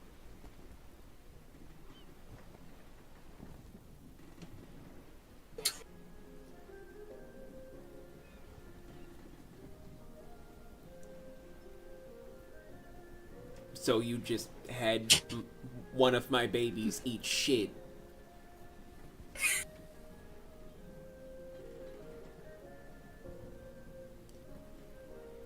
The fucking lower decks are leaking and they're being flooded at the same time. How does that fucking work, Deez? What does it? Water pressure's a mysterious bitch. I did my best to try and minimize damage. I'm gonna need all sorry. of you to get the fuck out of my face now. I will fix this. Again. Fantastic. I'm glad we had this conversation. Let's go, Deez. Oh, Deez Volvo, where are you going?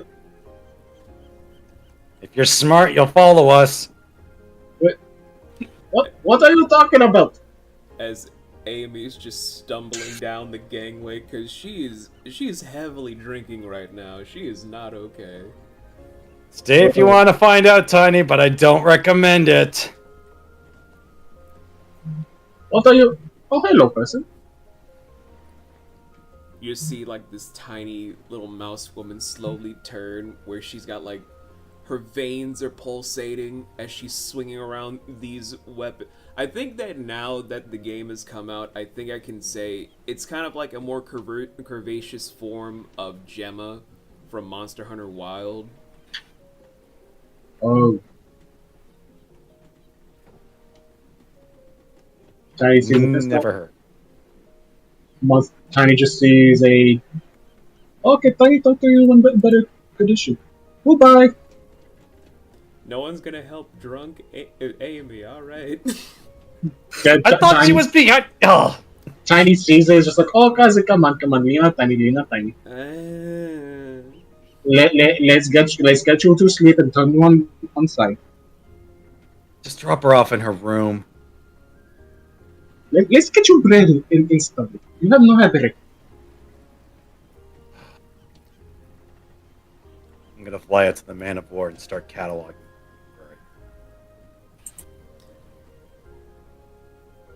Okay, so Tiny will be helping Amy get back to the house where just walking through the main thoroughfare and the main part of the city, it's preserved volcanic glass that's now the walkway around the amphitheater in the center of the townscape, where you can actually see lines upon lines of the river flowing underneath the city, where you can even see fish jumping up to kiss the glass to flow towards the waterfalls. Even as you walk on the glass, you actually see small little bubbles come up to then make small little rain pellets fall down to make it seem like there's just gonna be a water show. You know, like those fountains that you guys walk through where the spouts shoot up every now and again? Mhm. It's, Yeah. it's kind of like that, but with bubbles to then release small little pockets of rain. I'm just thinking about that fish from Finding Nemo that was obsessed with bubble. But walking through here, then just see a whole bunch of like houses and small shops being set up to then go across the brick road. You're able to finally see the wild rose for what it is, Tiny. The home that you were told that the council finally has. That also belongs to you. Welcome home, Tiny. It's overdue. Tiny's just kind of taking it all in, a little bit surprised, but also is just again trying to keep Amy on her feet before he just gives her a good old piggyback ride. Okay, next time Tiny make a little less talk. Yeah, probably a good idea. She doesn't seem to be able to handle it. Hold on, when you were getting. Huh? Wait, were you following the entire time? I'm always nearby. As you guys will be greeted by your housekeepers, Elena and Eliza. They both curtsy with their maid outfits of, "Hello, Lady Kaishen, Lady Dicknuts, Volin, Lady Umi of the Depths." Hello, ladies. How was your Hello. trip this time? Was there anything of note? Did you bring souvenirs? Just kidding, we don't care about souvenirs. Well, we do have a bunch of artifacts that need to be identified. Speaking of which, where's Candace? Oh, Lady Dick is over by the museum right now. She wanted it to be thoroughly clean so that she could, what was it, sister? Do vulgar things to her wife across the entire floor.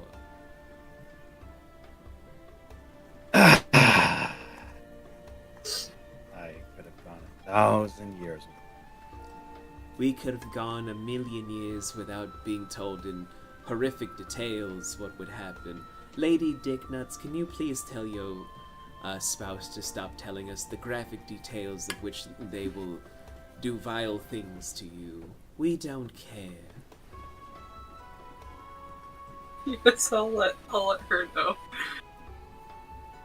Right. Well, let's see if it'll actually stick.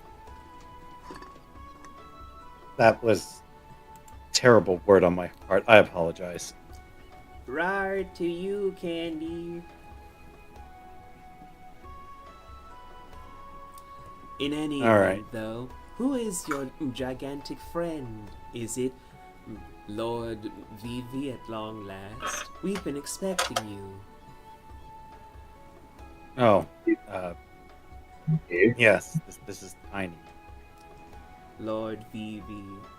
Master Gabriel's been telling us about your absence as of late, but we've made your room special to what we think your specifications would be. But you're also carrying Lady Kaishen. Could you put her in her room? Yes? Follow us. We'll lead you to her domicile. As they, without even waiting for you to say yes or no, just walk towards to open up the cherry wood doors, then open up to the gigantic, spacious living room. Bolin checks to see if he still has the artifact book and staff on him, which I do believe I do. I haven't You do. Okay. And I think as- all of the artifacts that Doll had, along with the guitar in her cabin on the Firebird. Damn it. Someone's gonna have to go get those. A problem for a later day. Fine. Definitely a later day. Bolin's certainly not up for it himself. He says, all right, you've got this, Tiny. We've got places to be. Geez, do you want to join me? Sure. I get the feeling that your wife can't wait to see you.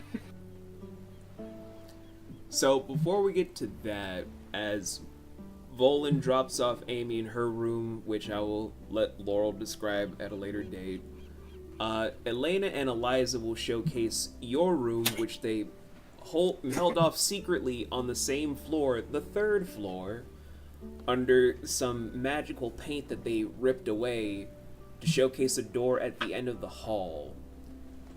Do you mind describing to everyone what Tiny's room would look like? Alright.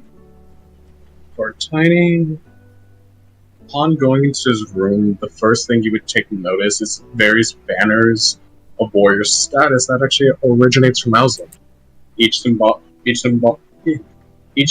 a tale that probably has the entire legacy of hundreds of years of warrior status behind it, that is just indicated by different rankings of maturity that a warrior would go through to become a gladiator in the Outland arenas.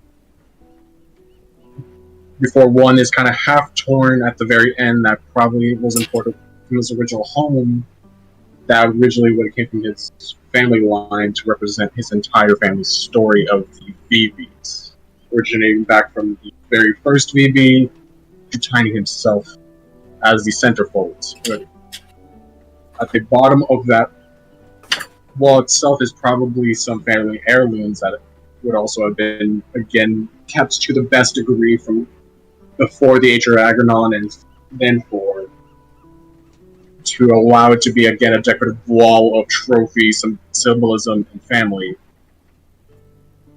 To have it follow from being a warrior wall to a kind of homestead of a small mixture of cottagecore where everything is nice and comfy, with the walls being decorated by, again, just a collection of different photos that Tiny would have taken and shown either Gabriel or Axel himself, that could have been brought over just to give a bit of homestead to Tiny. And even a picture of his mom and his grandmother alongside all the various things, along with members of Carousel, the Council, Cypher, and even other people that Tiny's worked with in recent years.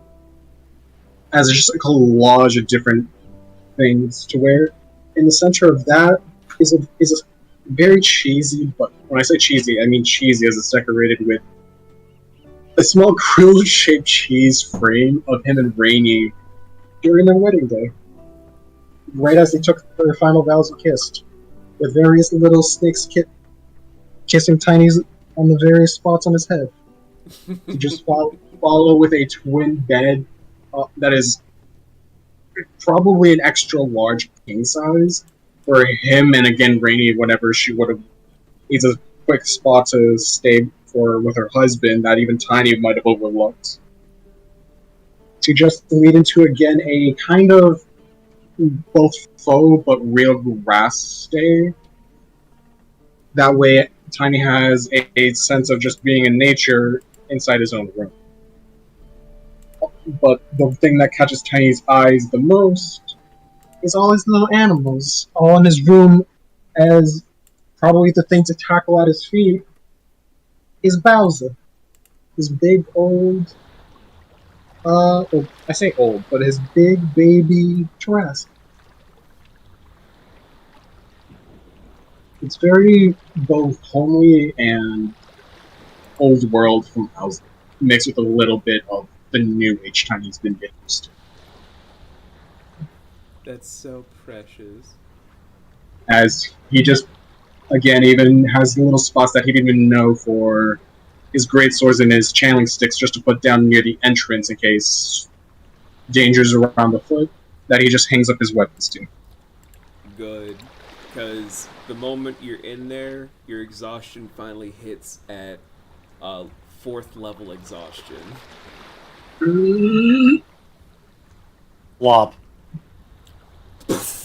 It's just Tiny, again, the moment Bowser tackles his legs, he just folds like an NPC onto his Taras back, just carries him.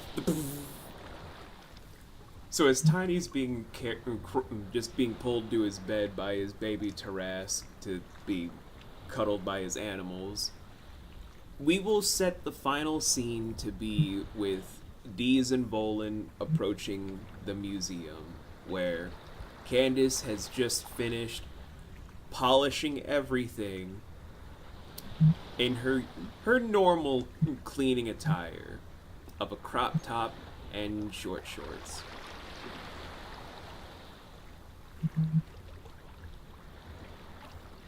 Bolin is not remotely phased, which is quite out of character for him, but he is just so drained that he can't even muster the energy to be frazzled anymore. He says, "Oh, Candace, I brought your wife back safe and sound." Make sure I get this small spot out. Candace, Candace. Huh? oh come. Just with her hair flipping to the side, to there you see Dees. Oh, sweetie, you're home. What? Visible? Oh, hi, Volan. Yes. Load. Candace, goddamn. As she just does a small cartwheel backwards to then get up on her 2 feet to walk towards the two of you. What's going on? When do you guys get back? Just now. We just got back. Oh, interesting. Interesting. And you couldn't have called why? Ooh. Oh, hey, look what's over here. Bolin just walks right out of the way. Oh, hey, look, cool artifact. Were your fingers broken? Because I tried calling you about a week ago.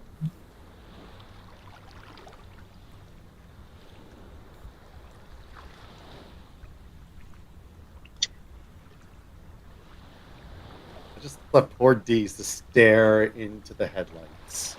Dees, you can't pull that 1,000-yard stare on me. I know you when you used to be a chatterbox. You need to either fess the fuck up or tell me what went wrong.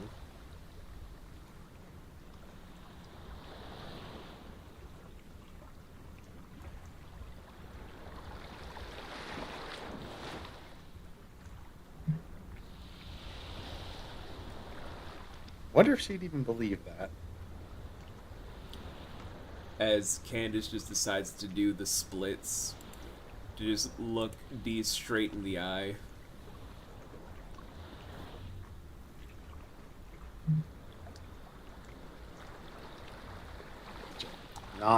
He's just not paying attention. Will not be baited by this. I could stare 1,000 yards straight back at you, sweetie. You know this. So either you tell me, or we're just gonna be Actually, I'm gonna be here with the splits, just staring at you standing here until you fucking tell me.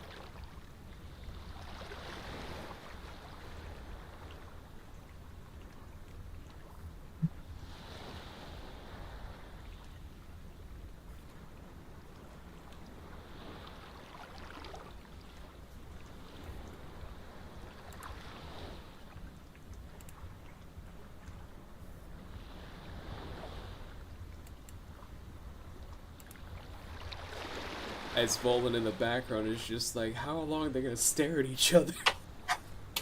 Oh, he's just exceptionally uncomfortable trying to ignore this whole thing happening. Trying to ignore the hobgoblin doing the splits. Straight down the middle, just staring at her wife with 1,000-yard stares. Challenge. Neither of them are blinking. Honestly, this is how I just imagine it's going. It's just the cat standoff. Slowly raising paws, ready to bat each other.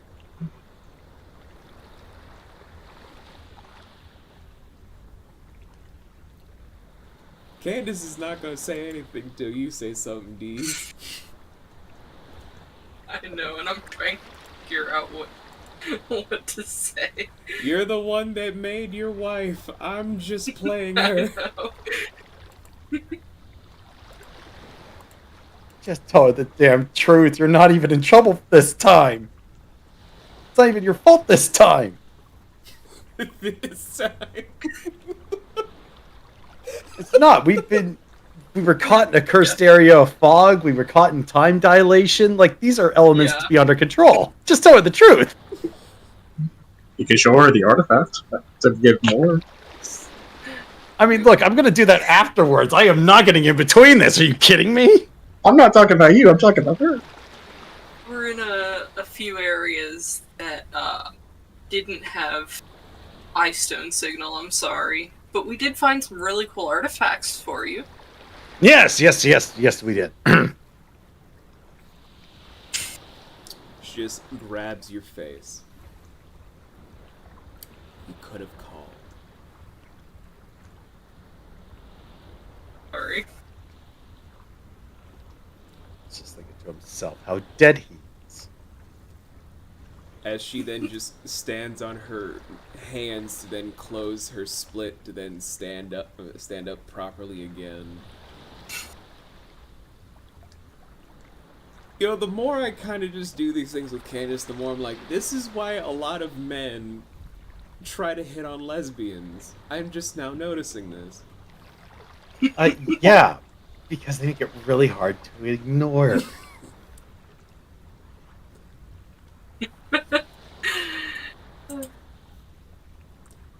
So, you said artifacts, right?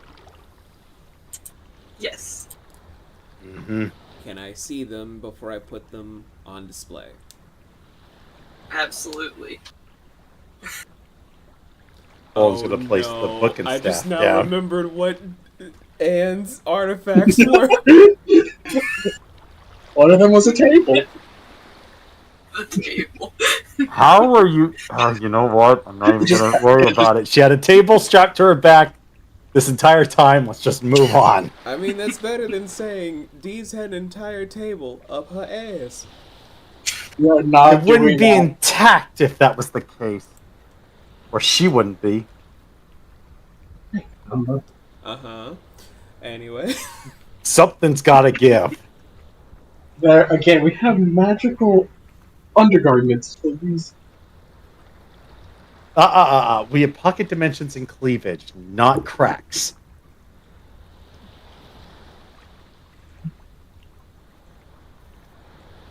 Let me see what the fuck you guys pick so I don't end up just remembering the wrong one. Because goddamn. I And I remember mine. have to get past all of the Nigel Thornberry nightmares.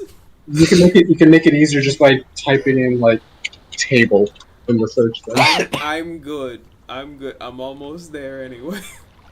No, he's getting past all the Thornberry nightmares. Why are there so many? Because Why, internet? A table and a spoon, thank you. and then for Volan, it was a book and staff. Yep, Yes, I remember that. stuff. I remember.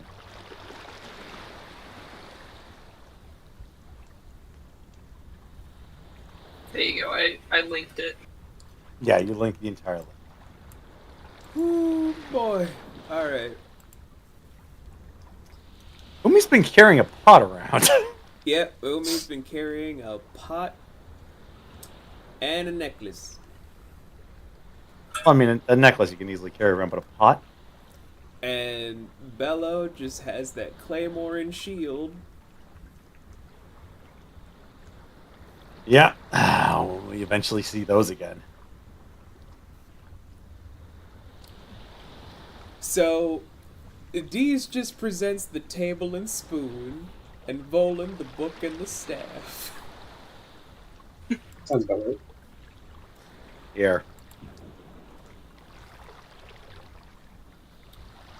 Any clue what they are? Well, looks like it's gonna take some time for them to, well, be restored, but luckily I got time. puts the staff in on one of the displays, then just have a magical case around it. Takes the table from Dee's where Dee's is having trouble letting go, because I remember Anne was like, I want to keep the table, and Candace is like, babe, let go of the table. Let go of the table. And the spoon. And the spoon. Thank God you got her to let go of the table. And then Just when you try. puts them on display. And then finally gingerly takes the book, then put in its own separate display. Where it's now looking like the start of the museum being filled out, guys. Hooray. Let me know if I can read that book later.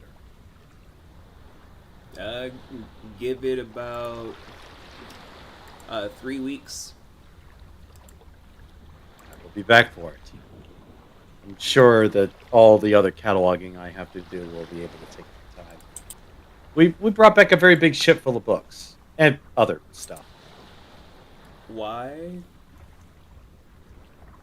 Because it kidnapped us in an alternate dimension that caused a unaging pirate crew from centuries old to attack us. It's been a very crazy day. I'm probably not saying it correctly. And you guys didn't bring me because... Hold on, what? There's so much to unpack here. You don't even know the half of it. I haven't even covered the half of it. But I was you gonna guys... say, the ancient pirate ship wasn't even part of the plan. But you Yeah, guys that's just didn't something that bring came. me because... Somebody was concerned for your safety. Looking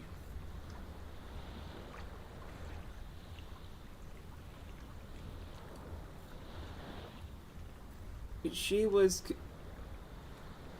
Volan, do I need to tell you how many times Dees has tried to pin me and failed? what does that have to do with anything? I'm just telling you the reason why we didn't bring her. She wants to act like maybe I need protection. You mean a lot to her. Wouldn't surprise me one bit. Even if it doesn't make sense. But I am an adventurer too. I've done this a lot longer. Sure, yeah. It wasn't my decision to leave you behind. I know. As she's giving her own wife the bombastic side-eye. Listen, if it were up to me, I would have had you come with us. Would have brought a lot more people with us, in fact. We needed the help. But Volan, it is what it Volan, is. Stop sweet talking. I'm married. I'm bi. I'm not hitting on you, for God's sakes. Are you kidding me? Oh, so you're not interested? I'm not falling for this trap. What trap? I'm being legitimate. I am not going to mess with the happiness of two individuals who clearly love each other. Smart boy. Damn right.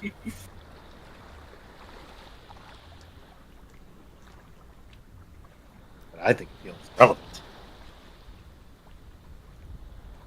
She just kind of And smirks after you said that under your breath.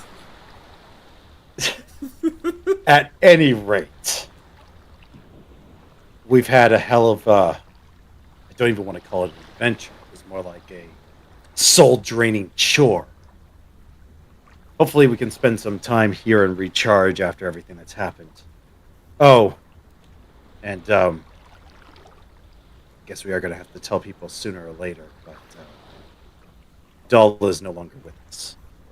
Oh, that's tragic. Who? It is. Wait, did you never meet her? No, I've met a lot of people, but I'm like, who? Small kobold girl?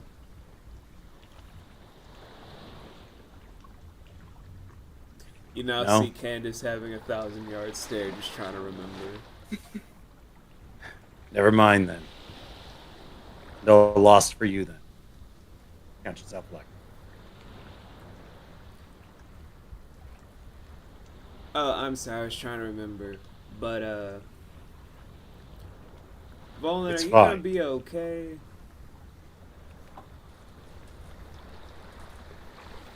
Ask me that in a couple weeks. Maybe No, I'll have an I'm answer. being, like, serious, because I know that look. I don't know. All right. It's been hard on everybody. Hard on everyone, or just hard on you in particular? I don't know.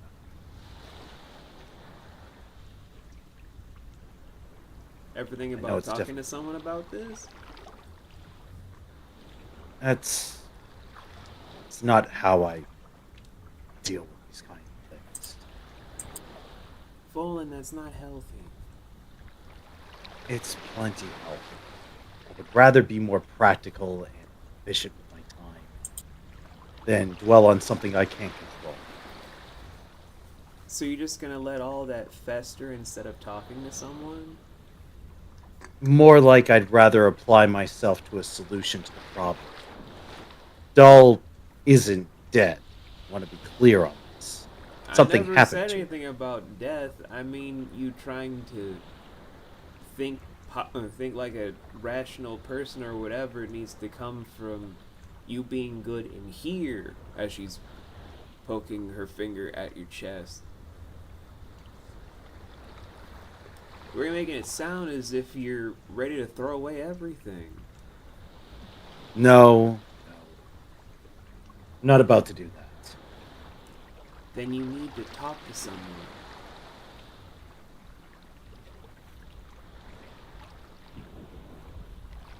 I'd rather focus on other things. Maybe later when there's more time. Right now there isn't. I do appreciate you worrying about me, but I'm working towards being okay. That changes. I'm sure someone will notice.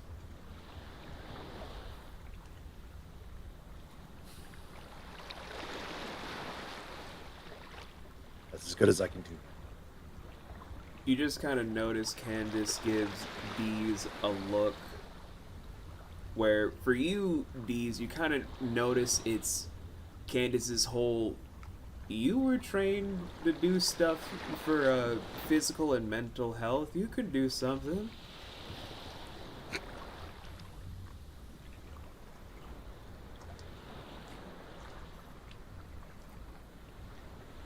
Do you return the look, or you just look at her like, what?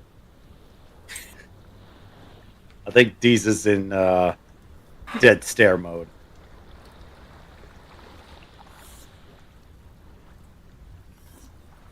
Yeah, that's about. Oh. So that's about right. I return.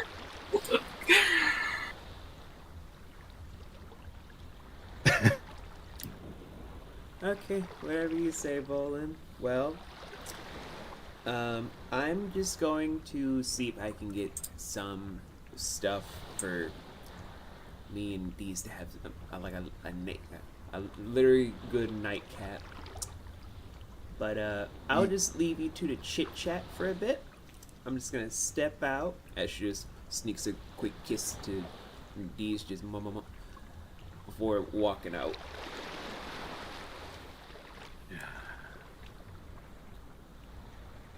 Your wife's sweet, but I don't expect you to actually do anything, Deez.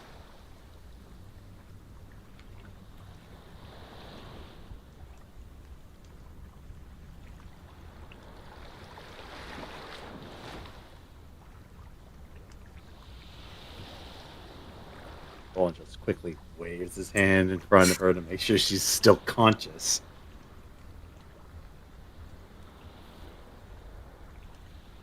Snaps his fingers a few times.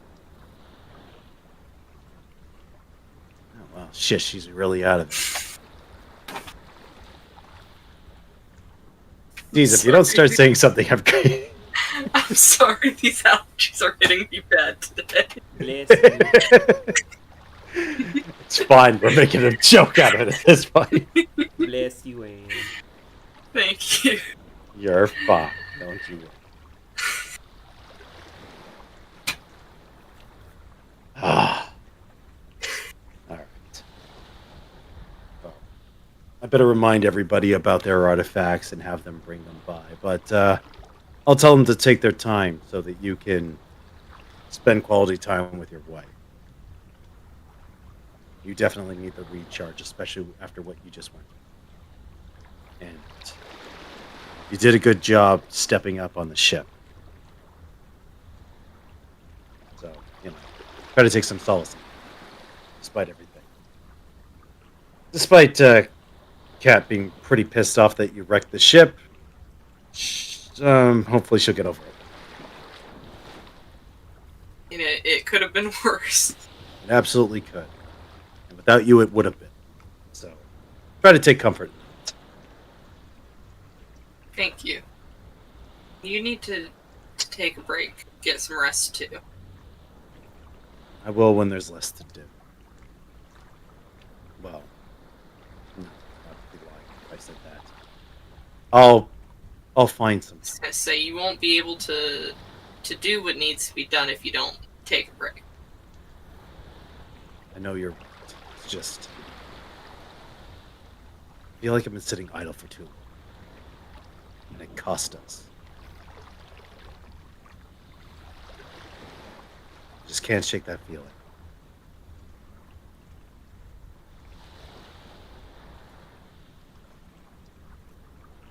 But don't worry. Like I told her, I'm working towards getting better. I don't intend to stay like this. I know it's affecting me. I know it's affecting my judgment. And you guys deserve better than that. You all do. So, I will take a break. But right now, I want to see if there's a solution on board that ship. Catalog those books. Do something familiar and comfortable for a little while. You know what I mean? Yeah. All right. Just remember we're all here to even just sit, talk, and have someone listen. We're here. Or if Tell you you- need help categorizing or any of that, I'll do my best. I appreciate that. It's very mind-numbing work, though. But I will tell you one thing that did make me feel a hell of a lot better recently. It was, did you ever happen to see me talking with the dad?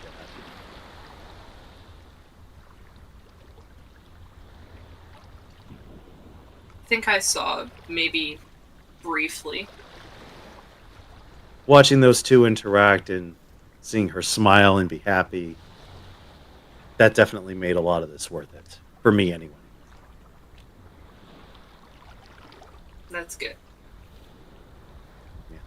So, I'm not a complete lost cause.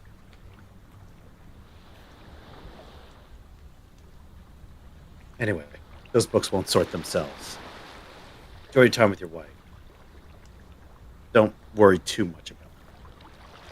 I'm not on the slippery slope of wanting to jump off a bridge anyways. And even if I do, I've got wings. And with that half joke, Bolin just walks out.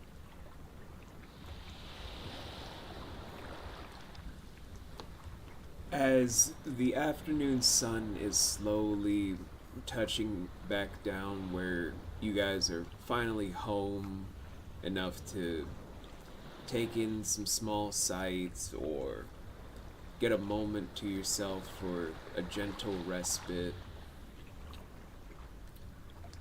the day just kind of closes without incident, but with lots of questions of, is Amy gonna be okay? What is Tiny gonna say to the carousel? Is Dee's truly gonna be alright with the mask? What's Umi gonna do about her father? And what is Volan going to do after experiencing all of these things? These questions and more we will be exploring in this period of downtime as we end the session there. Where you guys actually avoided an even bigger fight thanks to Fluff over here being like, listen, I'm down to very little health. Let's just wrap this up before I die. Well, gee, if the choice was have him die and fight something bigger or have him not die and fight less things, I think that Fluff made the right call. He did. That's why I'm He congratulating chose him. not death. Congratulations. I didn't think I'd get this far. Then you shouldn't have killed Doll. But She's not dead. she's not there. Semantics. She's somewhere else. But we'll be entering a downtime period where you guys are going to be in sandbox territory for some time. So prepare to be island locked for a while. And let's just have some fun while you guys are on your home base. But for all of you guys at home, thank you guys so much for watching, whether it's this, whether it's the VOD, whether it's for the best ofs that we're still trying to decide the best moments from all the stuff from the beginning of Act 2 onward. So if we're taking a lot longer than normal, do not worry. We're still doing stuff. It just takes a while. But you guys be good people, make great choices, and we'll see you all in the near future. But always remember to ask that one important question. Is it Turn Up Tuesday yet? Have a good one.